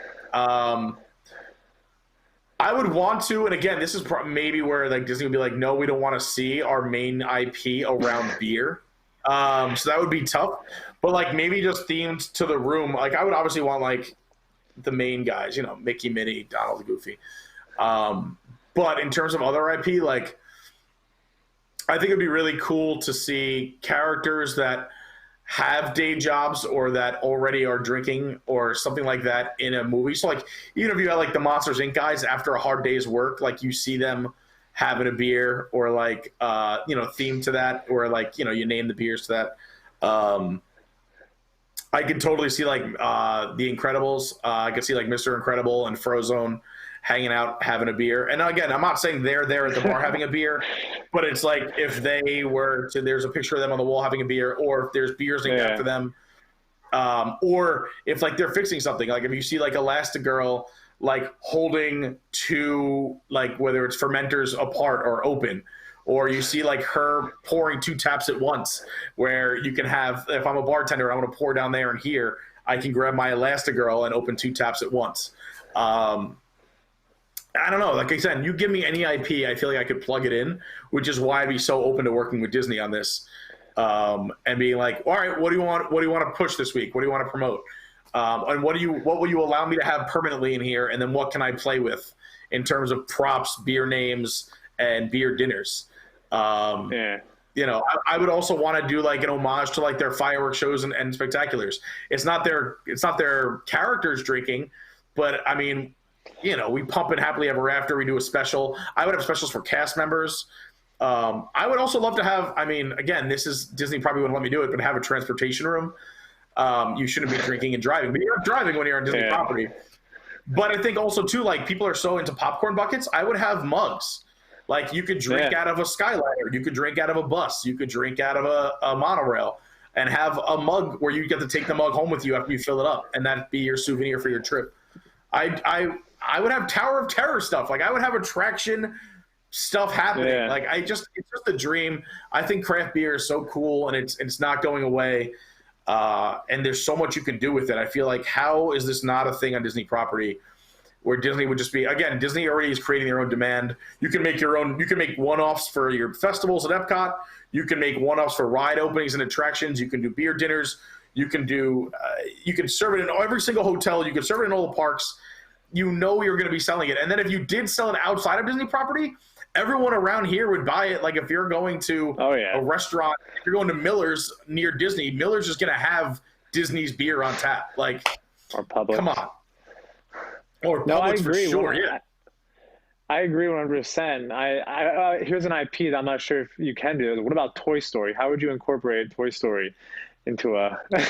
I want to give you a hard one. Toy Story? Oh well, I would. Well, first of all, I could do for a flight of beer. If you wanted to try, say 4 different Disney beers, is I'd have my 4 tasting glasses would be the little aliens that say the claw, so they're little tiny ones, and you can fill them up with beer. If you wanted to do a beer tower, which they do at a lot of breweries, we could call that the To Infinity and Beyond, and have Buzz flying up one side, Woody on the other, and then you have the little beer tower, and you pour yourself at your table. Even the other characters too, like man, what else would I do? I mean, I would have Bo Peep already has the staff, already has like a little handle, so you can hang her off of a glass. You can pull a tap handle down with that. So it's a nice little prop to have.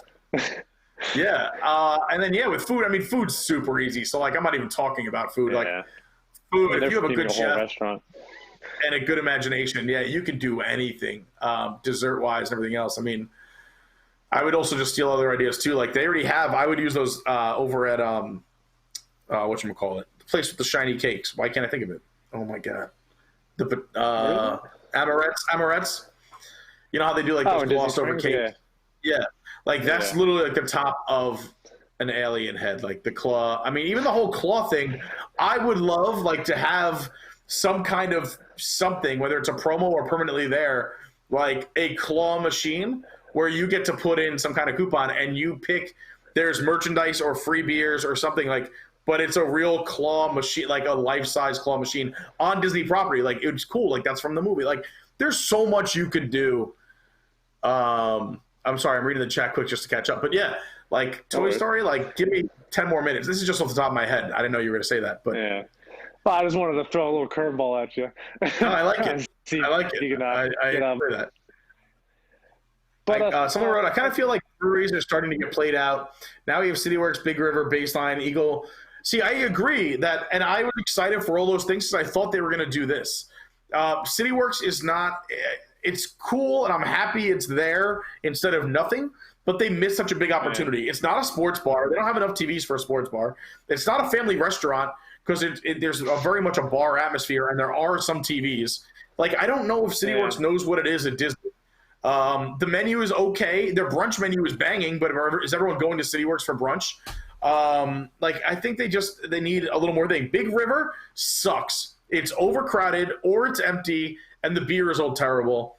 They could have done so much more there, and that space is not meant for a brewery. The tanks take up 50% of the property there. You have to, I mean, especially if there's like a convention in town. I don't know if this ever happened to you. Like, you are that place when it's packed. One row of bar stools, you have to like squeeze behind. There's no room for backup. There's no table. It's like the tables are off to the left, but like, again, super crowded on top of each other. It's not a brewery feel. It just feels like a crowded hodgepodge. It's just so poorly managed. Baseline Tap House, they could have done so much more here too. I think it's cool. I don't know. I mean, I think it does what they wanted it to do. They wanted it to feel like California and have it feel like a little brew pub in California. They don't play Disney music in there. They play like covers of real like music that's on the radio now. Which I don't know if I'm a fan of that in the park. In the park, I would have rather them had like weird jazzy covers of actual Disney songs. Like if you had like a Marvin Gaye version of "You've Got a Friend in Me," like that would be like, I want to hear something. I want to hear like a complete mashup or mix up.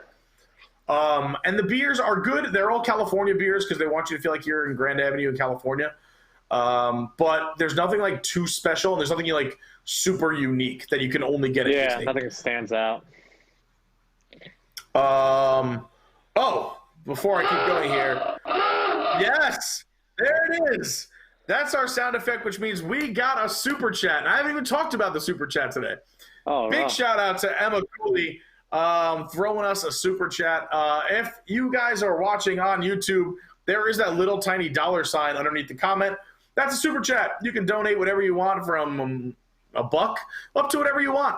And we give you a shout out. We'll answer your question. You get top priority. And it does help fund shows like this and the other live shows we do. We are banging out 2 live shows a day throughout this entire quarantine. And it takes a lot of work and a lot of people's time and energy and effort. And that really helps out. So thank you so much. And it takes guys like Sean showing up to help me out, and Kevin behind the scenes running and producing this and doing everything for this show. So thank you very much, Emma. I really appreciate that. And anyone who's ever given a super chat. Mandy was very generous last week. I know a bunch of you guys have done super chats all throughout this quarantine. So thank you so much. I sincerely appreciate any super chat. Plus, I like taking that back to the group, being like, we got some super chats on the show. Dust it off a little bit. Also, if you want to smash that like button, that little thumbs up underneath the screen, that helps out too. Helps us get us out there. I really appreciate that as well. Now, finishing up, Regal Eagle is not a brewery at all. I was very excited about this over at Epcot, but they have like a few beers, nothing too special or sexy. Missed opportunity. I mean, yeah, kind of a missed opportunity. I mean, the food isn't bad for a quick service, and more beer options are, I'm never going to say is a bad thing, but it's all kind of, with the exception, I think, of one beer, it's all stuff you can get somewhere else on property. So it's not like they were doing anything special there. So that's why I understand what you're saying. Breweries are played out.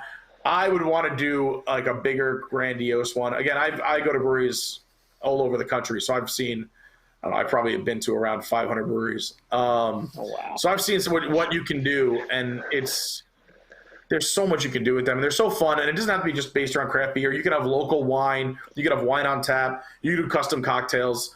I just think it would be a fun atmosphere. To me, when I go to a brewery, it's kind of a no judgment zone. You have people there who are in shirts and ties, people who are there in board shorts, people who looks like they have never seen a Ranger before in their life, and people who have a $200 haircut. I mean, breweries, I feel like, are the ultimate kind of hodgepodge of American society. So anyway, and I just feel like with all the international travel, showing them a true American brewery, like I think it'd just be so fun. And you can actually, it can be very profitable, even if, let alone the money you make at a brewery is ton. The markup on beer is very high, but also, I mean, selling Disney beer to not only Florida, but around the country. Eventually you probably could get a deal with one of the big name breweries, whether, Budweiser or Miller or InBev come in and buy you out. I mean, you're still a Disney brewery, but they're paying for everything, which is nice. I've friends on Long Island who opened a brewery many, many years ago, and then InBev came in and bought them out for $28 million. And they went from, wondering how they were doing all right, but then, you get $28 million in your pocket, and they say, we want to keep you on and pay you a salary. Okay, great. But anyway, that's just my little dream. Dr. Bunsen would be great. The mad, see, that's great. The mad, insane brewer. And Beaker having to try the home brews. So fun. Andy's mom is drunk after missing the father. That's so great. Amorette's, yeah, thank you. Shiny cape. That's what I feel. And don't go to Big River. Who said I need to go to Big River? David, don't waste your time. The beer is terrible. It's terrible beer. It's not good. You can go check it out. You want to walk by? It's on the boardwalk. Go to Jelly Rolls. It's more fun. Pass right by Big River. Chicken Guys, love it or hate it? Sean, Chicken Guy, you love it or hate it? Never had it. Want to try it. Wow. Never had it. Wow. I don't love it or hate it. I don't know how to explain that much more than what I just said. I don't hate it. It is not bad chicken. It's also not the best chicken I ever had. I feel like I need to go there with someone who's really experienced, only because there are so many sauces and so many ways to have, like, am I going chicken tenders? Am I going chicken sandwich? Which sauces are good? I mean, they get the fried chicken, the grilled chicken, but they have like 30, I think it's like 30 sauce options. So, like, how do you know which sauces are best? And then they have people who mix and match them. I don't know what to mix and match. I tried a few that I thought would be good, and they weren't bad. The chicken wasn't bad. I mean, they have better fried chicken over at Homecoming, but that's a much higher price point. So it's not bad chicken. I just want to go with someone who is a sauce boss. That's what I want to go with. Again, thank you to Emma Cooley. You're awesome. Thank you so much. Baseline beer tastings are awesome. I always recommend the flights. When I take someone to Baseline Tap House, grabbing a flight, you could sit right inside if it's too hot, or go outside in the shade, listen to some jams, people watch. It's just a cool spot to hang out. And there's like 17 bathrooms within 20 feet of you. There's the Gonzo ones, the Grand Avenue bathrooms, and also the Sci-Fi Dine-In bathrooms behind you. So plenty of bathrooms there as well. I miss the Six Flags theme. What is that? What's the Six Flags theme? I don't even know what that is. No. I love an Inside Out bar too. That would be so much fun. Oh, what is my big announcement? All right, so it's not that big of an announcement. I mean, it's fun and I'm excited about it, but it's nothing like groundbreaking, guys. Sorry if I got you all hyped up. I'm not sure if this has been announced on a show yet. We talked about it in the Wig show last night, but since it's on the public calendar, I'm just going to talk about it, and I hope Tom doesn't get mad. But Sean, have we announced that we're doing the roast of Tom Corliss? I never put anything on social, but not yet. Yeah, so I think besides the Wigs last night, and I don't know if Tom's announcing it tonight on the show, which he might be, and he probably will. But I'm excited because I am going to be your roast master for the roast of Tom Corliss. We are doing it in the next 10 days, I think, right? Isn't it like, when is it? It is maybe about a week. Yeah, it's next Tuesday. It's April 21st. Oh, so wow, this upcoming Tuesday, yeah, it's 6 days away. I gotta finish writing my stuff. Yeah, the roast of Tom Corliss. If it's already been announced, I'm sorry. Let's see if anyone in the chat knows. Oh, it was announced already. Oh, okay, cool. So it was already announced. But yeah, I'm gonna be your roast master. There it is. Tuesday, April 21st at 10 p.m. The reason it is 10 o'clock is that this will be for adults only, unless, you tell your kids don't say those words and it's only a joke. But that's such a great graphic. But yeah, I'm going to be leading the way as your roast master. I'm very excited. And what I was going to say is, as a special thank you to the Party with Pete audience, is I want to do either one or two jokes, and I will say them during the roast, from fans and from our chat. So if you want to email me at pete@wdwnt.com, I will be going through some of these jokes, and if it's good and I like it, I will say your joke during the roast of Tom Corliss, and I will give you credit, of course. So I'll give you a shout out on the roast. But yeah, the roast of Tom Corliss, I'm excited. We're bringing back old staff. We're bringing in outsiders that know Tom well, that you guys may know as well, that we've had on shows. Obviously, our staff will be there as well. We have a very illustrious panel. So this upcoming Tuesday, the roast of Tom Corliss is going to be good. He told us not to hold back. So it's going to be wild. If you think you have some good jokes, again, you can email me, pete@WDWNT. Again, I'm not sure. I didn't mean to say this big announcement. I wasn't sure if we told people about that yet, except for last night. So that's it. I'll be your roast master. I just want everyone to know to make sure you tune in. It's going to be – I've been looking forward to this since we came up with the idea about a month ago. I think it's going to be a lot of fun for sure. Courtney had a great idea in the chat for a land bar, and you get infused vodkas with fruit from Living with the Land, which is genius. Ooh. Yeah, that would be cool. awesome. Like to that. have, yeah, and also even if they like garnish your drinks with like, yeah, like with fresh limes, or like they have like mint, and they want to, to make drinks or garnish a drink or whatever it may be. Natural sugar cane. Like I would love to have them pull it. That would be really cool. I like the land bar. A healthy drinking bar. Yeah, like it's a healthy. Like the drink I made on Liquid Magic 2 weeks ago. It was a healthy drink. Is there a 24-hour breakfast place at Disney Springs? There is not a 24-hour breakfast place. There is an early breakfast. Disney Springs opens at 10 or 11. But 9 a.m. Wolfgang Puck Express opens, and they have a banging breakfast. It is so good. But yeah, I don't know if there's a 24-hour breakfast place. That's a great idea, and I think there should be. Is there? Do you know of any 24-hour breakfast places? I think there should be like, I don't think there is, but I think there should be like a diner kind of style. I know you said you're from New York, right? So you're up from like the Northeast, and there's always diners you can go like 24/7. Oh yeah, all the time. Get everywhere. The classic food that's comfortable, and I feel like Disney Springs needs a place like that. And I think like somewhere you can just go like there and get breakfast, or even like a grilled cheese or something simple, like comfort food in a way. I totally agree, and I wish so. Like Disney Springs is set hours, so like it couldn't be 24 hours. But let's say it was the same hours as they opened up at 9 a.m. and they close at like the time the last place closes. So let's say 2 a.m. Like 2:30. Yeah. Yeah, I would love that, and I think it would also be cool, even if it was for an upcharge. And I think we've learned that through this whole pandemic, is that if they delivered to anywhere on Disney property, like if you can get comfort food or get like French toast at like 10 p.m. when you get back to your room after the parks. Yeah. Like, I don't care if I have to wait 45 minutes, but if they had a delivery service or a food runner, and they charge like I'm paying sometimes up to like $6 for delivery. I would pay an extra $6 to have someone come drop that off in my room. Yeah, I love the idea of a 24-hour breakfast place, or at least some kind of diner-esque place. Oh, I'm in. Sign me up. There's definitely IPs that can even theme that around that, or even I would say get Kiki's or like something just to even get in there. Yeah. For sure. Oh, now Disney has so many IPs. You can fit an IP I feel like onto anything. Yeah. For sure. Oh yeah. What else we got? My wife, Jen Sweet, only would advocate for grannies on Once Upon a Time. Grannies on Once Upon a Time. What is that? You know what that is? I don't know what that is. No.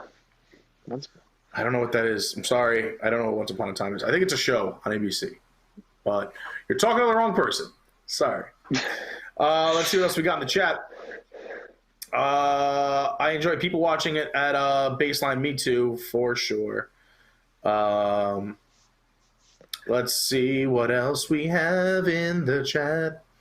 I have another idea too it's not really an idea, but it's kind of like I kind of like missed the deadline thing. So I did my college program back in 2015, and I just came into like Pleasure Island was fully closing, and the last like cast member night they had at like the House of Blues, and I really think that they need a location that they have Pleasure Island, but somewhere maybe not near Disney Springs or maybe somewhere separate. Like the reason why I feel like they didn't have it is because a bunch of drunk people, or they didn't want their kids walking around things and all that. But I think like another location of more theme style. I mean, you can just possibilities with it, but I think like a location where go after, and it's just one big atmosphere like what Pleasure Island was. And I feel like that's one thing I was so upset from my childhood, that I was robbed from that experience, that I could never possibly experience the Pleasure Island. Yeah, I miss that too. And I say that, and I've said it on a bunch of shows, and you've probably heard me, and the audience definitely has heard me, is that there's not enough to do in the park. There's not enough to do when the parks close. There's you can go to the boardwalk, or you can go to Disney Springs, but like, especially if like for that, definitely your age, but I consider myself super young at heart. Like, I want to go out and have fun, especially if I have family or friends in town who like never get to let their hair down or have a few drinks. I want to take them out. I want to go somewhere fun, no matter what day of the week it is. There's no days here in Orlando when people are on vacation. So it doesn't matter if it's a Friday or a Saturday. It's true. People come in from out of town. Their vacation is your vacation. If you're coming in Monday through Thursday, you're partying Monday through Thursday. And there's no place to go out and take them. And you can go off property, but I like staying in the Disney bubble, and I want to show my friends that there's a lot to do on Disney property. I don't want to go downtown. Yeah, exactly. Besides the 30 minutes, like also like Ubers, and that costs money, and then you got to go all the way back. You got to be in the parks the next day. Like, give me something on property, like you said. Like, and I don't care. It's just tough because even right now, like they have the Atlantic Dance Hall, but that's like not good. Yeah, I would love. That's another thing too. I would love to take that over. I feel like I could really do a number with the Atlantic Dance Hall. If I took that over, there's so much opportunity there. Like the Atlantic City is such a big venue. I remember I went there for a cast member night with my friend for like entertainment. They rented out the whole thing, and it's such a big building. And there's so much opportunity there, and the theme is actually pretty cool. It's like being like Atlantic City, of like an old time, dance hall on the boardwalk, and that's something which is a great experience. A lot of people can even like have that time to even go out to like places like this. And who wants to go all the way downtown? Like I live in Windermere, and I would love to just be able to just Uber to like the boardwalk or something. I know Jelly Rolls is there, but I wish there was more other options. You know, if the dance hall opened, they opened another location. Like, I want to be in the Disney bubble. It's just for many reasons. I mean, I don't know if you've been downtown Orlando that much recently, but I go sometimes a lot. It's just sometimes I feel more sketched out there than I did, you know, back home in Philadelphia, like in the middle of the night. Like, I know, like, even with their guests and stuff, and guests probably do go downtown a lot, and I feel like that is a big safety. If Disney had somewhere on the bubble they can control, you know, with, you know, having their guests, you know, stay in like on the Disney property, you know, it just would save a lot with Ubers, and just, it's just a lot. That drive back from downtown to Windermere, it's so brutal. That's a and you're right. There's so many. You make a wrong turn, or you're in the wrong neighborhood down there. Like, it gets sketchy. There's cops in the corners, and again, it's not this awful neighborhood. I've been in bad neighborhoods, especially growing up around New York City. But it's just.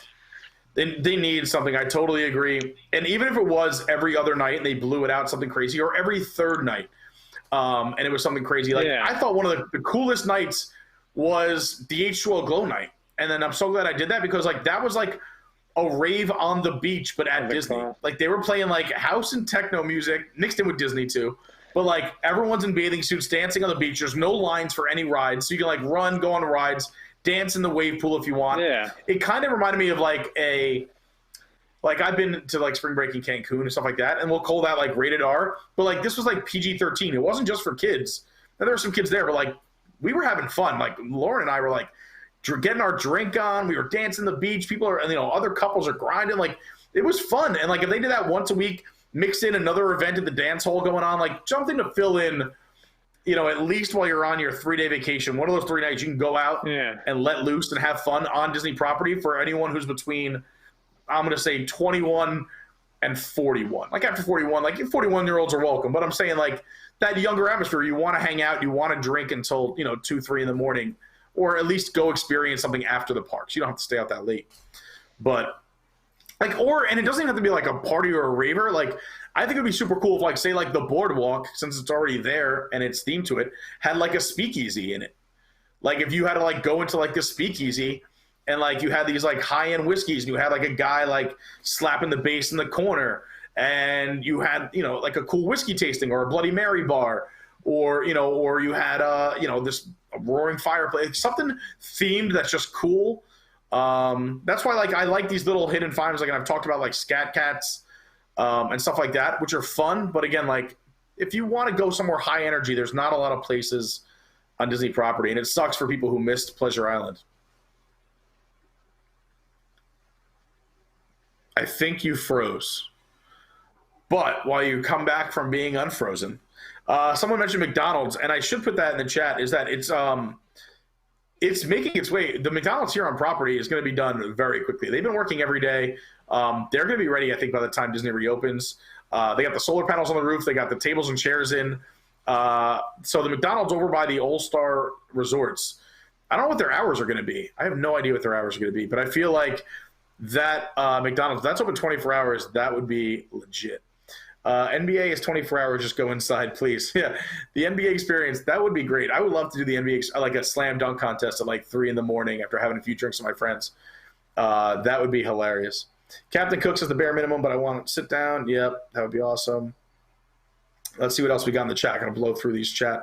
You know what? I'll read these while we go on a break. We'll see if we can get Sean back and see if we're going to get one of our other special guests.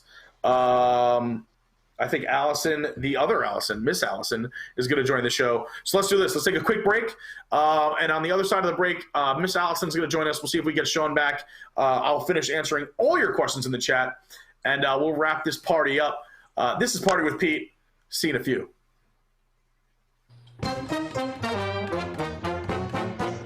With the success of Pizza Rizzo and the Regal Eagle Smokehouse, we here at Walt Disney Imagineering have learned that our guests love bad counter service food with minimal Muppets theming. So, here comes more Muppet eateries at Disney parks. Yay! At Disney's Hollywood Studios, grab a wrapped sausage at Rolf's Roasters. Rolf has relocated to the edge of the galaxy to pick up piano-playing gigs at Oga's, but the money hasn't been great, so Rolf the dog has started slinging dogs at Black Spire Outpost's hottest new wiener joint. If you're visiting Epcot in 2022, Get ready for a lightly rethemed dining experience that somehow took us 2 years to complete. It's Dr. Teeth and the Electric Umbrella. Can you just picture that? Imagine eating a dry flatbread to saying goodbye while you sit there and think about all of your favorite things we've ripped out of this park. Are you excited? Well, we won't take no for an answer. Then, head on over to Disney Springs for a trio of Muppets eateries. Grab some barbecue at the Miss Polite Piggy, some affordable chicken tenders from Chicken Gonzo's, and stop by the West Side for Pepe by Pepe. And no, not Jose Andres. Come have a sandwich, okay? And at Disney's Animal Kingdom, our most popular concept is getting a second home. Be sure to visit Pizzafari after we finish converting it into Pizza Rizzo 2. They're tourists. They don't know good pizza. The Muppets. We won't do anything new with them, but let's plaster their images in the background of restaurants. Do you like to hold a basketball? Do you like to dribble a basketball? Do you like to shoot a basketball? Well then, come on and slam and welcome to the NBA Experience, Disney's newest offering in very specific niche entertainment. The NBA Experience, the only place where you can pay to answer basketball trivia and get your photo with a wax figure of NBA Commissioner Adam Silver. Yes, the Adam Silver. Think that's all there is? Well, we're just heating up. Have you ever wanted to play basketball on an officially NBA branded court that wasn't actually regulation size? Have you ever wanted to shoot foam basketballs from a slingshot like a friggin' Angry Bird? Yes? Then why are you not here yet? Branded by TripAdvisor as just like the NBA, but for fat old tourists. It's the NBA Experience, and because we want everyone to enjoy, we've got discounts and savings for you. Are you a breathing person? Discount! Have you entered our building? Another discount! Plus, even more savings if you're a cast member, annual pass holder, DVC member, Disney Visa card holder, or heck, have Tables of Wonderland. Why not? Make your way from downtown to the NBA Experience at Disney Springs. And coming soon, 2 new experiences full of razzle-dazzle you won't want to miss. First, we'll see how fast you can clean a basketball court in Broom Shakalaka. Sweep like never before. And don't miss our upcoming meet and greets with NBA-themed Disney characters, including Captain Shaq Sparrow, Orange Larry Bird, and Kareem Abdul-Jabbar. The NBA Experience. It's here, so you may as well check it out. Only at Disney Springs. Afraid of crowds in Star Wars Galaxy's Edge? Don't worry, they didn't show up here at Disneyland! Upgrade your annual pass today and enjoy what we finished of Star Wars Galaxy's Edge. You can stand in the Forgotten Forest of Batuu. Is that the Forgotten Forest or just Fantasyland without crowds? You decide! Back here on Earth, enjoy all the pathways that were widened and planters we removed all around the park for absolutely nothing. Hooray! There's so much more room for activities. You can also park wherever you want at the Disneyland Resort. Park over the line, across the line, over 4 spaces, whatever, it doesn't matter anymore. What's that? Low crowds aren't enough? You need more. Well, who has 99-cent refills if you buy an ugly tumbler? Who does? We does. On the floor and out the door. Not good enough? Screw it. Free refills for life. Come to Disneyland. There's even free beer at Disney California Adventure. That's right, the band Free Beer is playing all summer at the Paradise Garden stage. And don't miss our weekly specials. This week, all Spirit jerseys are buy one, get one free. All purchases also include complimentary seating in the newly reimagined Main Street Cinema. And remember, the only place to buy limited edition pins is now inside the park. So if you want to keep that eBay and or personal shopper business afloat, you'll have to buy a ticket. Wait, you think we should just lift the blockout dates on the more than $800 a year deluxe pass? We aren't that desperate. Yet? Are we that desperate, Bob? Bob's telling me we're not yet. He's really smart about these things. So come on down to Disneyland. We're still here, and we have Star Wars Land. No, Darth Vader isn't in it.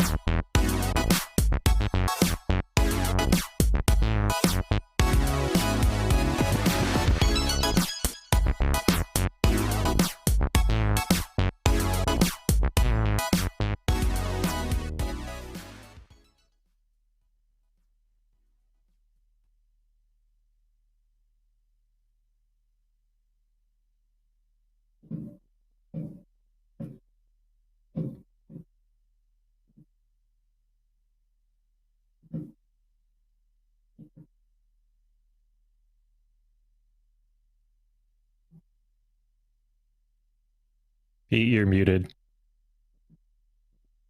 I just had such a good intro and I was laughing back to the music. Hold on, we got to throw my song back on because that pumps me back up. Can we let's throw my song back on. Yes. Oh, yeah. Here we go. Now I'm back in it. Oh, yeah. Hey. Oh. Go Carney. Go Carney. WDWNT. Get down with your Disney self. Put your ears on. All right, I'm back. It's Pete Carney. This is Party with Pete. I feel better. Thank you. I love that new animated graphic. Big shout out and thank you to Tyler Mann, who put that animated graphic together and let me pick the music. That was a lot of fun and nerve-wracking because there was 45 million songs to choose from.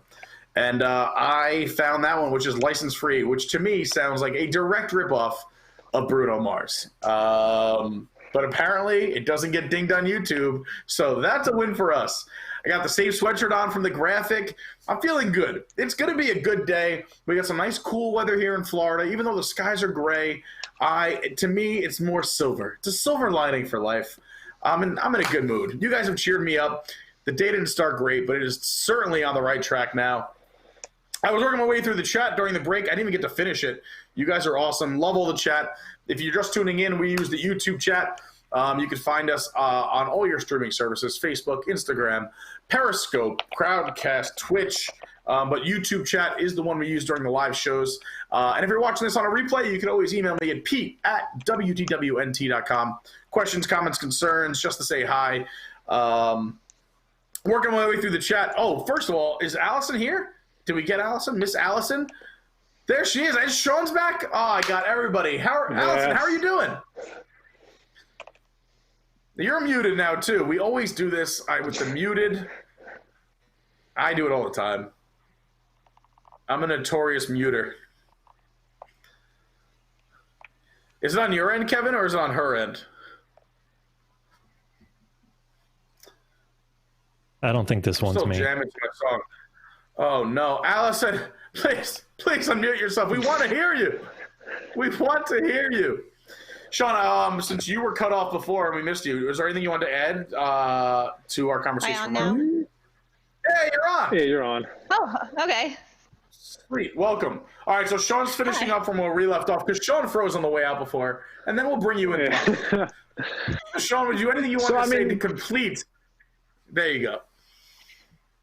I mean, other than that, what I say, somewhere I could just 10 minutes away from my house compared to going all the way downtown Orlando and just having that experience. Because, it seems like Disney did it right with Pleasure Island. They seemed like they 100% hit.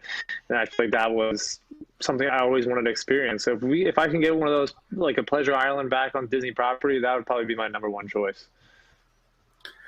Yeah, I feel like with most trends, like in general in history, like everything's cyclical and comes back. Obviously, the demand. I mean, when Pleasure Island was bumping, and I was only there a few times, and I was very young. I shouldn't say very young, but I was there when I was a kid. But also, I was there when I was 21. I think it was my last time there, and it was fun that night. But also, I heard it could be dead there, And obviously, also, too, it scares families away as well. I don't know. I agree with you. When you say something comes from your house, for all those watching and listening, he basically means 10 minutes from property or less. 10 minutes from a hotel, because you live basically behind the Magic Kingdom, for those who don't know where Windermere is. Yeah. And speaking of locals, joining the show, Miss Allison, of my fellow New Yorker, who is now a local as well. How's it going today, Miss Allison? I'm good, thank you. How has everything been going over here with the party? Oh, the party has been fantastic. We started off the party with another Allison. I have sandwiched myself with Allisons on today's show to prevent anything from going wrong. If I can start and close with an Allison, the show is going to be perfect. And then, of course, put Sean right in the middle. Sean is the meat of this beautiful sandwich. I don't know. I'm going way off track here. But anyway, what's new and exciting, Allison? I don't know. I was watching some of your stuff on the show earlier. You were talking about Tiger King. You were talking about some interesting sorts of bars and stuff like that. And there's some really good conversation. So I have some thoughts on Tiger King and the bars if you're interested in revisiting that, unless you had another topic. %. No, I always have questions, but since you already have answers before I ask anything, go nuts. I really want to hear your opinion. Just tackle it all. Go Tiger King, go bars, go anything we talked about is open season. I'd love to hear your opinion. Okay. Let's start with something a little bit on the lighter side. I had 2 ideas for some fun bars. I'm not a huge drinker, but I kind of like having things that are taken directly out of the movies and just kind of being recreated, so it feels like you've stepped into that movie. So 2 of the ones that I don't see represented very often, probably for decent reasons, there is that scene in Roger Rabbit where the detective walks into the bar, and that's when he sees Daffy Duck and Donald Duck. Obviously, they couldn't do Daffy Duck in there, but kind of the dueling pianos is kind of fun, having the characters on stage and having sort of this cool different acts switching around. They have Betty Boop walking around and serving you drinks. I think that's pretty awesome. I love anything with theming like that. If you can, and people commit to it, whether it's in hard theming around the restaurant or characters, I'm on board 100%. Give me any themed restaurant, as long as people commit. That's why I have beef with Rainforest Cafe, is I feel like they were onto something and then gave up. Because the theming in parts of the restaurant are really cool. You're like, it'd be so cool. Even thinking when I was a kid. But then some of it just feels cheap and thrown together. Something you could do in your basement. I don't know. Again, I'm from New York. Oh, someone asked in the chat, by the way, where in New York? I'm from Long Island, Suffolk County. You're out of here, Sean? Bye, Sean. So farewell. Rocking the U. He's gone. Hurricanes. He's gone. But anyway, I'm literally tackling 2 things at once. I get to talk with you. Oh, Kevin's here. Everyone. Hi. The man who puts this all together. The magic maker. The man who pulls the strings. Kevin, everyone. Oh, God, there he is. Looking as handsome as ever. With the magnets, I love it. Oh, I see a Reflections of Forever magnet. Oh, yeah. Yeah, I won't say where I Lord, I'm in the studio. So anyway, I'm from Suffolk County, and Allison's from New York too. You're from Staten Island, right? For anyone who's new. That's right. There we go. And you just moved down local recently too, right? And we'll go back to. I know I'm jumping. About 2 years ago. Yeah, about almost 2 years ago, new. Year and a half. That's awesome. Yeah, it'll be a year August 1st for me. So still living the first year dream. Kevin, did you always live in Florida? Yeah, I'm a native Floridian, one of the few. Were you always in this area? Yeah, I lived in Plant City, which is just outside of Tampa, for people who don't know, for a couple of years. But other than that, yeah, it's always been Orlando area. That's where the Strawberry Festival is. I went there this year. I went to that middle school. Oh, wow. That's super cool. I'm actually in the middle of, I was doing it this morning in bed when I couldn't sleep because I woke up at 5 a.m. for no reason. I was editing a video from the Strawberry Festival, which, anyway. So going back to you, Miss Allison, go ahead. You can finish your list because you have to catch up, and I want to know more. Sure. I had one other one that is a movie where you really don't see any IPs of this. I don't remember ever seeing this. Was The Great Mouse Detective. They have a bar that they go into, and I think having kind of a Sherlock Holmes-esque lounge would be really, really neat. So that's why I picked that. That would be so cool. I mean, I don't want to get rid of Abracadabra because I love magic, but it's not consistent for everyone, and a lot of people have beef with Abracadabra. So I feel like that would fit perfectly into where the Abracadabra is now. Like the Great Mouse Detective. Like, I would love anything murder mystery, anything super cool like that. The theming is great. Oh, that would be so cool. That would be so cool. I love that idea. Yeah, awesome. What are you? So you've worked with animals. I know our audience, especially in the chat, is not a fan of this Tiger King, although I'm obsessed. So briefly, thoughts on this, because I know you wanted to talk about it, and you have experience. So I'm curious your opinion. I think I'm with the general consensus that pretty much everybody, like, there are just so many things that are just so wrong that you see in the show, and so many things that you're like, oh God, it should be shut down. This should be completely illegal. And even if it is, which, like, a lot of it is, like, it's clearly not being enforced at all. However, like, I've worked with animals for a long time. I don't currently, but I've worked with animals for maybe about 7 years of my career. And I've never worked with tigers. I was in education. So what I would do is I would take this kind of the smaller, more handleable animals, and schools would book a program and they would come in, I would teach them about animals, about conservation, or I would drive to schools, and then I would bring small animals and we'd talk about, what's the rainforest and why you shouldn't be afraid of a snake, things like that. That's awesome. So there are zoos that are wonderful, that are great, and there are zoos that are not, and there are places that kind of pose as a zoo that are atrocious, and those really give the good ones a bad name. And I tell people this, even though I've worked at zoos and I'm very passionate about working with animals, and I'm thankful that I've worked with animals before, I wish we didn't have to have zoos.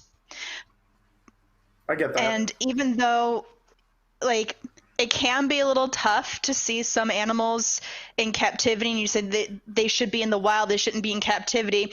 We have to think of the reason why they're in captivity in the first place. What are all of the causes leading us to have zoos, to have started zoos, and also why zoos are important and why we need these kinds of breeding programs? Like, all of the reasons why, like, that's the terrible thing. That's the worst thing about all of this, is the reason why we are encroaching on their territory. People are, removing them from the wild. People are, killing them for sport. They're killing them for, medicinal reasons. That's the terrible thing. I don't want there to be zoos, but there are programs that are reintroducing them into the wild, and there are people that care about them. And even though, like, there are certain fish that are in there, or snakes, or monkeys, we would always refer to them as animal ambassadors, that even though these individuals were, 99% of them, 99.5 are born in captivity. That's the only space that they know. However, when a person learns about an animal and they go see an animal in a zoo, they feel this emotional connection to them, and it's going to be different than reading about them in a book or being taught about it in a classroom.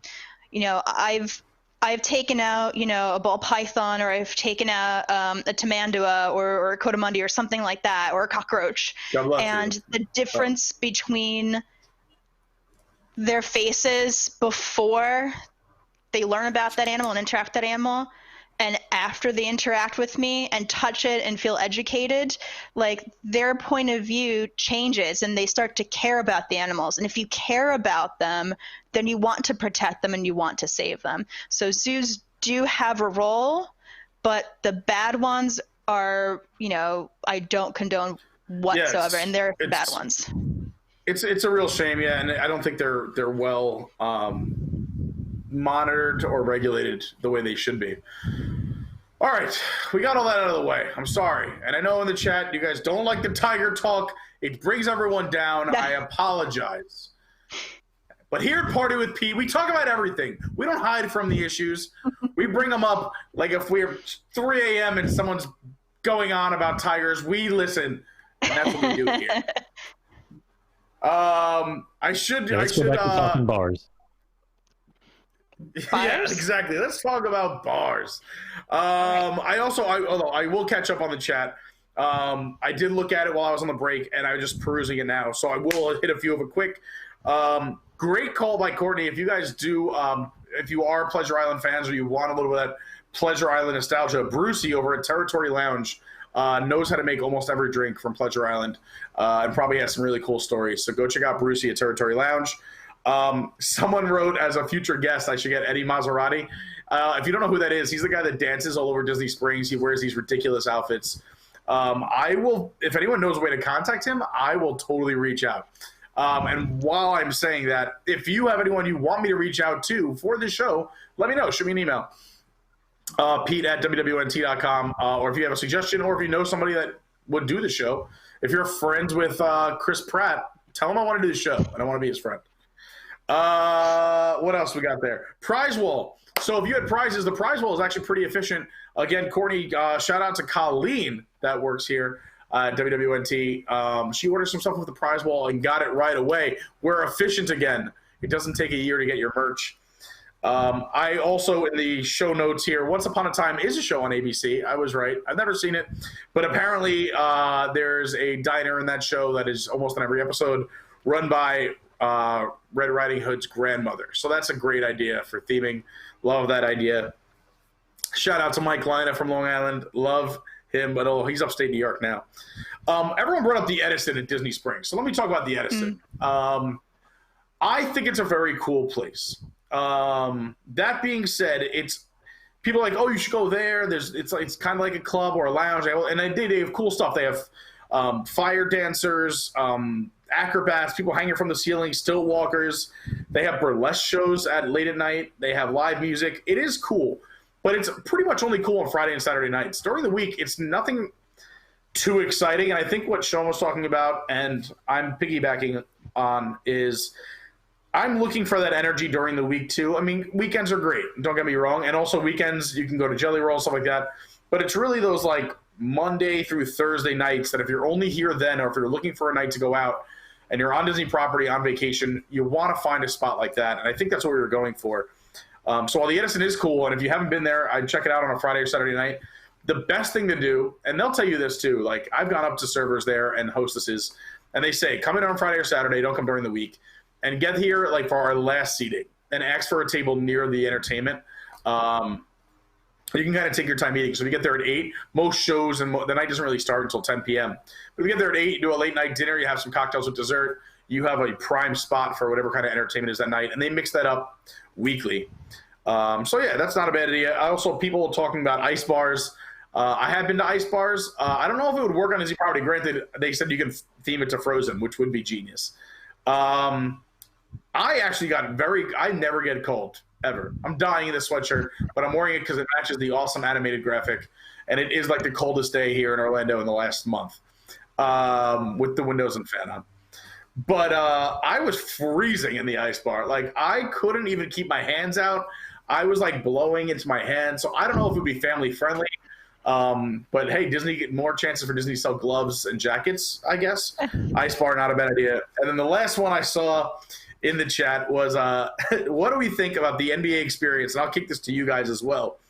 How long will Disney give the NBA experience before they kind of say this did not work? And then if they were to change it into something, what do you think it would be?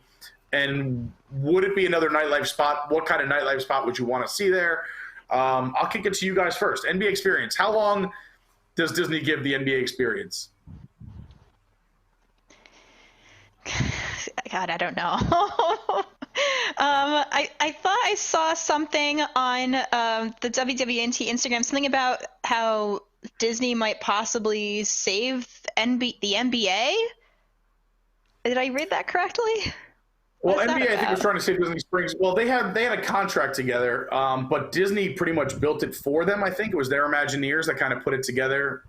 This was listen, I don't hate the NBA experience, but I don't think it will ever be profitable or a destination. It's just too blah. It's nothing too exciting. Taking a picture with a trophy, shooting some free throws, doing a shooting contest. They have a launch thing. They're fun things, but I wouldn't pay $30 to go do it. And two, you don't know about all those things unless you go upstairs, and no, they don't allow you upstairs until you pay. So trying to sell a family or friends to go upstairs and do these things without actually seeing them. Now, if they was just on the first floor, like say like Splitsville, where it's all glass, and you saw people having all this fun and doing a slam dunk contest, doing the ball launch, doing a shooting contest, and you had all floor to ceiling glass and people walking by could see you, I think that would have sold a lot more entries into the NBA experience. But I have no idea how they're profitable, and I'm sure they're not. And I don't see this lasting too long, but they put so much money into it in time. Yeah. I feel like they have to give this at least a 36-month window, a 3-year window. Kevin, what do you think? You've lived in this area for a while, so I'm sure you've seen things come and go. Disney Quest, Pleasure Island. Yeah. What do you think in terms of NBA experience? I think as far as how long it's going to last, it's going to be however long they're contractually obligated to keep it. I think that's probably going to be the measuring stick, and I would guess that would probably be anywhere from 5 to 10 years. And then I think once they have the opportunity, it's going to go. So, you've had a somewhat successful NBA store, restaurant, whatever it really was at Universal out at City Walk. Did okay, obviously not to the point where Universal wanted to keep it.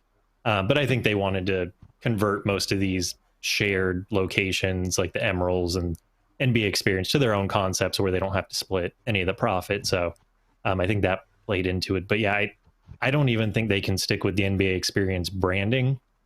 Even once that time is up, I think it's got to be something totally else. Because at this point, it's probably one of the worst regarded things on Disney property. And that's not likely to improve over the next few years. It's just, it's just going to be it's going to be Disney's Fast and Furious. Like you can't fix this. You just got to run from it as quickly as you can financially and contractually. What would go there? It was being talked about, I think on Locked In, about some of, you've got like your Top Golfs now.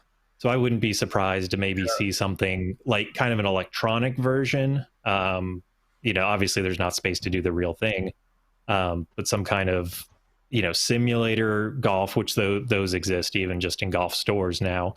That, maybe something else kind of like the Void, maybe, just something on a bigger scale, or even maybe like a Dave and Buster's type concept. I mean, it's got to be something big. I don't think you can just split this up into a few smaller parcels for just more retail because it's such a huge building. And it's got to be something that with the second floor access, because there's only one way to get up and down from there, and it's above CityWorks.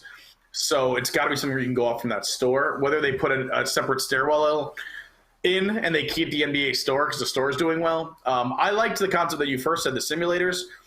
There's a Top Golf in Atlantic City that doesn't have a driving range, but you can go in and do the simulator, but you could also do other things. They have golf clubs, they have hockey sticks, they have footballs, they have Oh man, there's a few other ones, but you can pick your game, pick how many people or friends play it, and you can decide what you want to do. And I think that would be a fun thing to do at night too, especially if you have like service like a Top Golf where you have a server that can come up, you can have drinks or some appetizers, and you can go in. Say it was a group of WDWNT staffers or your family or friends from out of town, or you're on vacation with your family. Go in there at night or when the parks are closed or on a non-parks day, rent out a stall for an hour and play hockey, basketball, golf, and you get to switch and go as you please. Simulators are real easy. That could work, I think. I'm not a big fan of simulators, but I think that could work because I can see that working for kids and adults. Also kind of a nightlife. Again, any kind of activity to do when the parks close, I'm a fan of. What do you think, Allison? I had two thoughts on that. As far as what would kind of replace that, kind of go in its place. I'm not a huge, I don't really follow sports, so it doesn't have any sort of appeal to me. And yeah. But what you miss really nothing right now. I'm losing my mind every day of this quarantine, and you're just like, oh, this is a good chance to reflect and get those extra exercise days. I'm like, and craft, yeah. And I'm sitting here losing my damn mind watching reruns of 1980 sports events. I'm sorry. I'm sorry you're experiencing that, Pete. It's okay. No, it's okay. So what I think, if people wanted to kind of stick with the sports theme, I think that it would be a really cute idea to mimic sort of what they have on the top deck of the cruise ships, the newer ones, where they have like a big sports area, but it's not focused on one sport. Like there's a little corner where you have a goofy themed mini golf, and then you have a little area where it's, you play basketball. There's a little area where you have like a rock climbing wall. I don't know if they have a rock climbing wall, but something like that. I think it would be really nice, and you could appeal to a lot more people, of people of varying interests and also ages, if you include a lot of different types of sports. So maybe you keep like an NBA basketball section of this building, but you also add in, your virtual golf, and you add in like a tiny mini golf, very small mini golf area, or a very tiny, I don't know, like birdie area or something like that, where different people can go and enjoy that. I think that might be a little bit more appealing. Yeah, I agree. I mean, mini golf, they have 4 courses on property, and that takes up so much space. But I think, some kind of entertainment hub, because what else is going to be up there? You need something to draw people up. I mean, you probably could put another restaurant up there, but again, you would have to take off that giant metal facade they just spent all this time putting up with the, what do you call that? The beaded basketball players you could barely see up top. They cut holes in the sheet metal. Yeah, they would have to do something to pull people in, because again, it's hidden and you don't know anything that goes on in the NBA experience. Kevin, how hard is it to put a video up from YouTube right now? Do you have to download it first? I don't have to, if you want to send me the link. I'll send you the link now. I have a video of me at the NBA experience, in case anyone has never been, and it's a little ridiculous, but it's funny.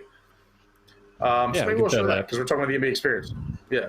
Yeah, it seems like we agree. It needs to be entertainment, and it needs to go later into the evening. Like, that's two things that the parks, not the parks don't have entertainment, but on property after the parks close, like you said, there's nothing to do. There's nowhere to go. Something to fill those voids is absolutely what it should be. Yeah, and that's what they should be keeping in mind. Like, what can you do? And again, something like that, another rainy day idea. Like, when the parks are raining and people don't want to go into the parks, and I've done it. I've come down for a quick trip, and when it's pouring rain and I know it's going to rain all day, I don't want to waste my one-day park ticket. This before I was a pass holder, going into the parks and just running from attraction to attraction, standing in the rain. If I can go to Disney Springs and hang out at Splitsville for a few hours, or then go to CityWorks for lunch, then go upstairs and play whatever it is that's up there, that's perfect. Mm-hmm. I have to close these windows. I just sent you the link, Kevin, if you want to check out that link. I got to close these windows. They're mowing the lawn in the rain? Come on! Yeah, they were doing mine this morning. But yeah, I mean, it's really tough to spend, what was it, $35 a ticket to get inside the NBA experience. So that's $35, and I don't know how much that's per person, or is like the kids' tickets like similarly priced, a little cheaper? Discounted. They finally started doing pass holder and not tables only, but pass holder discounts, where I think it's now like $22. For you and whoever you're with, maybe, which has made it like, and I said, I would pay $20 to do this, but people coming down paying $35, and then you also have to pay for your kids, everyone else. And like, I don't know what their policy is. Oh, here we go. That's a lot of money. Yeah, we'll try. So here's a quick little, let's watch a little bit about the NBA experience, little 13-minute video, then we'll come back and we'll discuss. All right. Boom shakalaka. What is your age? Oh boy, I'm embarrassed. Just do the 30-something. Maybe I'll get extra points or something. The Knicks, baby. I'm gonna say I'm intermediate. Let's get it. School him up. Oh, look at this little Knicks section. The glory years. Thanks. All right, we're doing this. I should stretch. Oh yeah, feel the bird. Let's get the waivers filled out.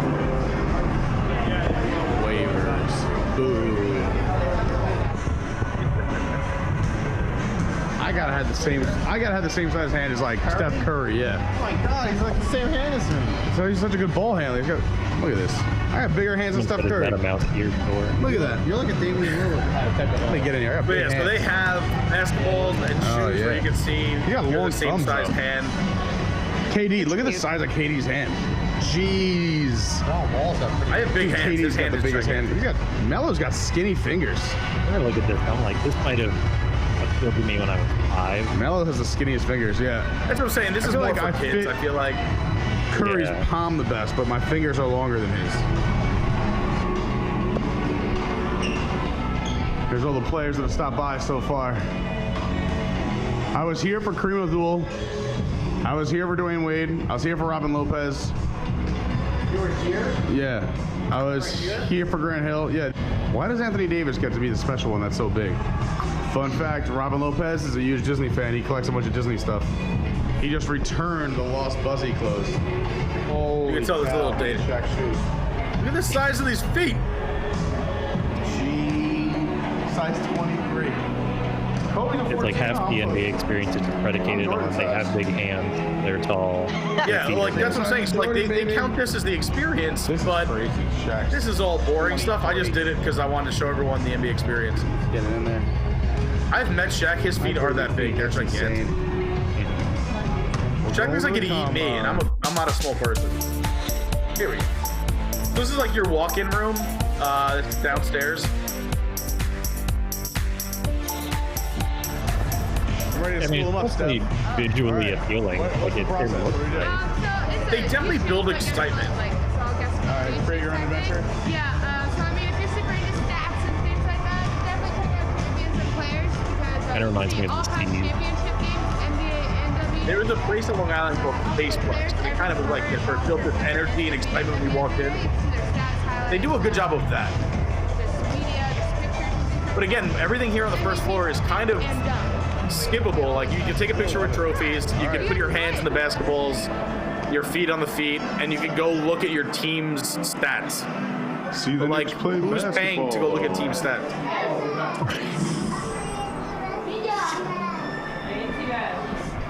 Ooh, there's the Knicks. Oh, like, there he why is, am I my paying to man. look at the Knicks?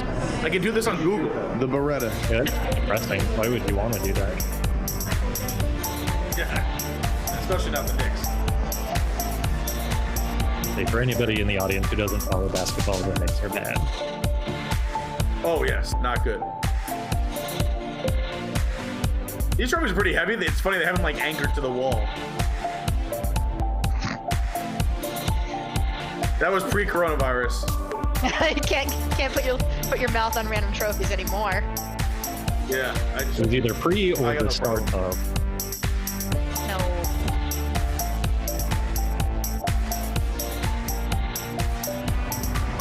What a run by the Celtics. People forget how hard that is. 7 in a row. Staying in front of the free throw line, straddling that. Yeah. All right, so this is you finally get to go upstairs. Wingspan. I think this is upstairs. Oh no, this is still on the bottom. This is they're doing all your analysis.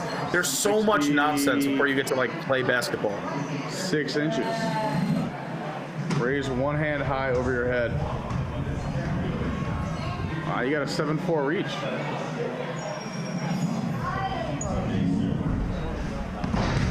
Ooh, not terrible.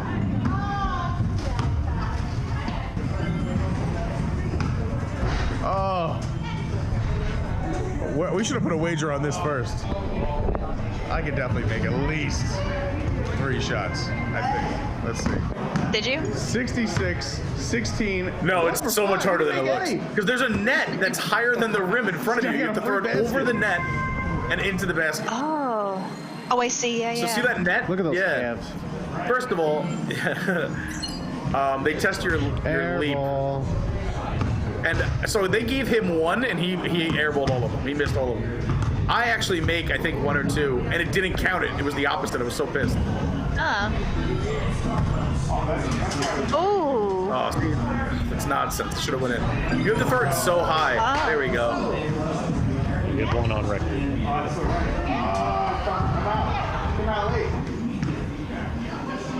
How many shots do you get? I think you get 5. You're -1.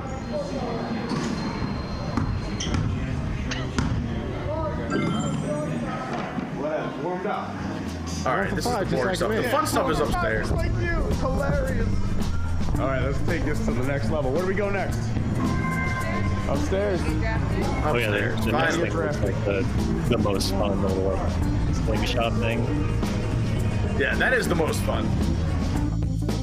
And it has nothing to do with basketball. Nothing at all to do with the NBA. Yeah, exactly. The slingshot. So these are like gym balls, like tapping into. But what's cool is I didn't realize this is that all those balls are computer chipped, so they know who shot it and which hoop it goes in. Because cool. you can shoot at any hoop. And my buddy was like, I was shooting at the one far away from me, and I'm like, you can shoot at any hoop. Time's up, everyone. Time's up. Slingshots down. Of course, guess who won? Carnival, 46. Then 14. And with 46 points, looks like station number 4. Congratulations. Let's get it. That's right. That looks like fun. That is fun. We do like you can. And the thing is, everything's unlimited, so you can go back and do that like 5 or 6 times. All right, we're gonna do something else. Come back. We rematch. Once I beat you and everything. They also have a referee room where you have to like make the right call on a play. Yeah, you're doing instant replay. You're literally doing somebody's job. This is the shoot around. So you'll see the spots on the floor like light up and come to life. You have to try and hit 5 shots in I think like 30 seconds. It's so much harder than it looks. We gotta do this again. I need a rematch. I'm also so out of shape. It's supposed to be running. You can't walk up. Vin didn't. So my buddy Vin didn't know you're supposed to run to these spots. He's just taking his time. You know it's a race, right? He's You got 7 seconds. Like moseying around. Oh no way! He doesn't even get to the last shot. You lose. He has 2 more shots left with time running out. No hustle. No listening. What do you think I'm running? It's 15 seconds to make all 5. We're going You again. have 15 seconds to make 5 shots. We both 0 for 5. Ew. Backboard. Can't hit a layup. Can't hit a shot. Can't hit a shot. Can't hit anything. Such trash. I can't get more than 1. Yeah, we need 3rd time's the charm. Nope. I promise you I have better basketball than this. How many? 2, and I had all of them were so close. How do I miss the layup all 3 rounds? The layup. I'm afraid of it. Let's go to the dunk. Is it the same as the slingshot one, where you could kind of essentially keep going? Yeah, you can just get back in line. Yeah, everything up here, you can just get back in line. So then this is a dribble booth where you have to match the dribble on the screen. And they have cameras in front of you and the sides of you. Talon's cross was off. I was 100 on everything. Yeah, that was wrong. nonsense. Oh, Vincenzo. They still got a 92. Except I had 62. 92. Another dominating performance. If we had money on What's this, funny is my buddy Vin plays basketball every week in the league, and I did beat him in everything, which is fantastic. I played basketball once since I've been in Orlando. I'm at the school most. I'm just like, you know, should I let him win one? I don't know. Let's go dunk it up. Oh, goodness. Yeah, everyone in the chat's saying if you had an extra $30, I'd rather have a sit-down meal too. Oh, yeah. This is cool. You can make the hoop height any height you want, and then kind of have fun with this. You can see who can dunk higher. You can do different kind of dunks. How low can you lower that? I mean, I'm only 5 feet tall. I'm not. Yeah, it goes. I can't make that. Pretty low because kids do it too. I can do the 360 9. Yeah, all right.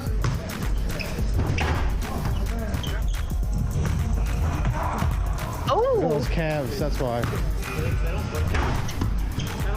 Higher.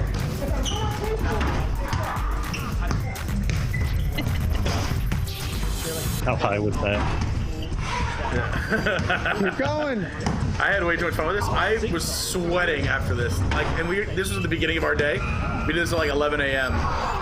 We were dying. We were drenched in sweat by the end of this. Well, we all know when it comes to video game basketball. And then they have standard video games of just like we know who's got it. 57. That's impressive. Still not top 10 for the day, but impressive. It's on this side. Look on this side. That's the I feel like they should have gotten some talent to do like those halftime show, like dunks off of trampolines and stuff. That would have been the most entertaining thing there to watch people do that. Oh, for sure. I mean, I don't know what the insurance or liability would be, but I would be dunking all day long.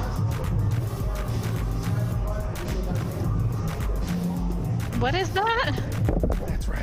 Was that you actually spinning it, or did it have like a thing? It has a little indentation. Yeah. Sweating. Got my cardio in. Good cardio. I'm definitely sweating. Or cardio. Yeah. You got your cardio in. What do you do naturally? Drink. You drink at House of Blues. Freak it off. So, in case you're ever here, Cityworks is not open yet. Budget. House of Blues is the best happy hour. Yeah, this was last noon summer. until 5 or noon until 7. It's ridiculous. This was November. Check it out. Oh.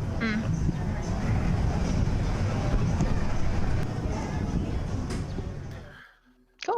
Yeah. So anyway, that's the NBA experience. Like I said, unless you're really into basketball, it's for $30, $35. I don't know if it's worth it. $20 and you're into basketball, you want to kill some time. We spent 2 hours there. So for $20 and killing 2 hours on a non-park day, my buddy was there that day and didn't have a park ticket. So it did its job, and he likes basketball, but I don't know if it's for everybody.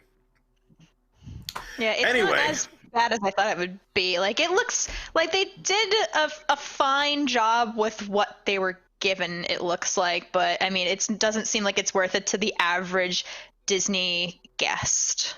No, yeah, they didn't think about their demographic. I think this hits probably 10% of their audience, and that's if they even know about it and want to go upstairs and have heard the promotion. You have to go into it blind too, which I think is just such a mistake for them marketing-wise. But anyway, that's Disney's NBA experience, Disney Springs NBA experience. You guys have anything else you want to talk about before we wrap up today's party? I want to add for the bars, I want the second floor of Harbor House to be a lounge. You know, if we're making some wild mix here. I would love that. Like the walkway over, like, you know, they have like rules where like the restroom is technically in Fantasyland, so it's not in Liberty Square. Like if technically you can't drink on Magic Kingdom property, like maybe the second floor counts as not being on property. Like you're above the property, so you can have a couple cocktails. I like that a lot. That is a great idea. The second level of the Liberty Bell. See, I like those like open air and top floor type lounges and Geyser Point we've talked about. So I feel like those would be. Oh yeah, or give me anything like that. Like how busy would the Swiss Family Robinson Treehouse be if when you got to the top there was a lounge? Yeah, and then you could work your way back down. House. Yeah, like if you were up top and you got to like overlook the park and there was like you know, even if they did the same thing as Skipper, like they just did beer, wine, and soda, and you got to the top, you can just hang out, or like a baseline tap house kind of vibe, but you're in there, like, and then you work your way back down. People would be in there all day long as a people eater. There'd be a line out the door for the Swiss Family Treehouse. Swiss Family Robinson, yeah. That or good suggestion. Which, you know, I don't ever want to wish this, but if for some reason, like, they got rid of the people mover, would, and again, can't happen, won't happen, so I don't approve of that.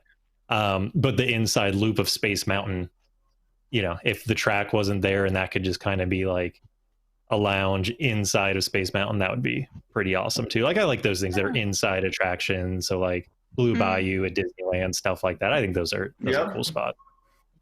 And I would love, now you have me thinking about this, I would love a, like, either behind the scenes tour, but like, or just like a tour that took you to like certain lounges and gave you the history, the background, and the Easter eggs. But like, if there was a, let's say there was a lounge there, that would be such a cool spot. Like, even if you couldn't fit, you know, more than 30 people, if you had like design tours, like, so like you can get a taste of like that Club 33 kind of thing. Like, you get to go in, hang out, everyone have a beverage. Okay, now we're going to move over to this next place. Even though, I mean, in Magic Kingdom, we're all talking, you know, blue sky here, but even at other resorts, like, or even in the hotels or other the parks, I would love to go on a tour and have some drinks and like, this is our signature drink. Here's why. You probably never noticed this on the wall. This is our bartender who's been here for 30 years. Like, give me all that fun stuff where I can have a day of that. Or even if it was at the resort, hotels, again, a non-park day where I can go learn about the lounges and restaurants. And a lot of them don't open until 4. So if they open at 3 for the tours, where it's like a group of like 12 of you get to go on like a 4-hour cocktail tour, I would love that. Gosh. I love that. I think that's a great idea. I'm surprised that they don't have that already. I have to pitch this to Disney. Maybe I'll just do it myself. I'll just start organizing them on property. Disney would be pissed. I'm going to start setting up my own tours on property. This COVID has gotten me so broke. It's better than selling my body. So I'm going to start organizing tours at Disney. It's what I've come down to here.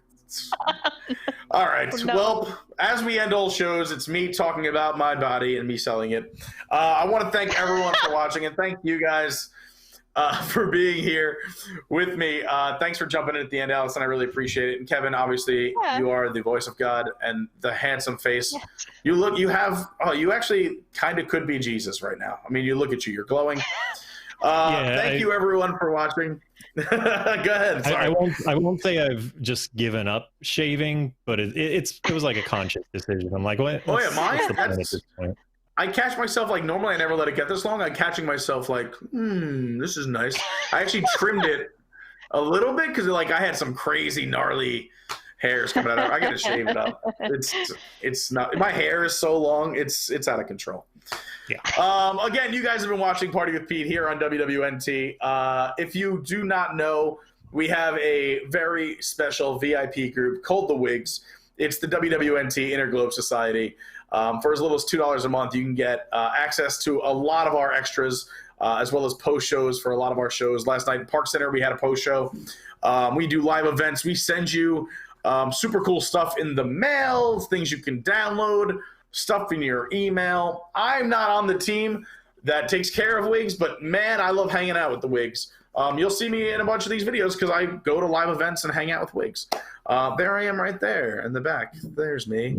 And then I think I'm in the next frame, my big head. There I am again, my forehead, my 5 head. So definitely go over to Patreon, patreon.com/WDWNT, and go become a Wig. Get to hang out with us in the post shows. Also, big thanks again for the super chat. And thanks for all you guys for watching. I know today was kind of a wild show. We were all over the place.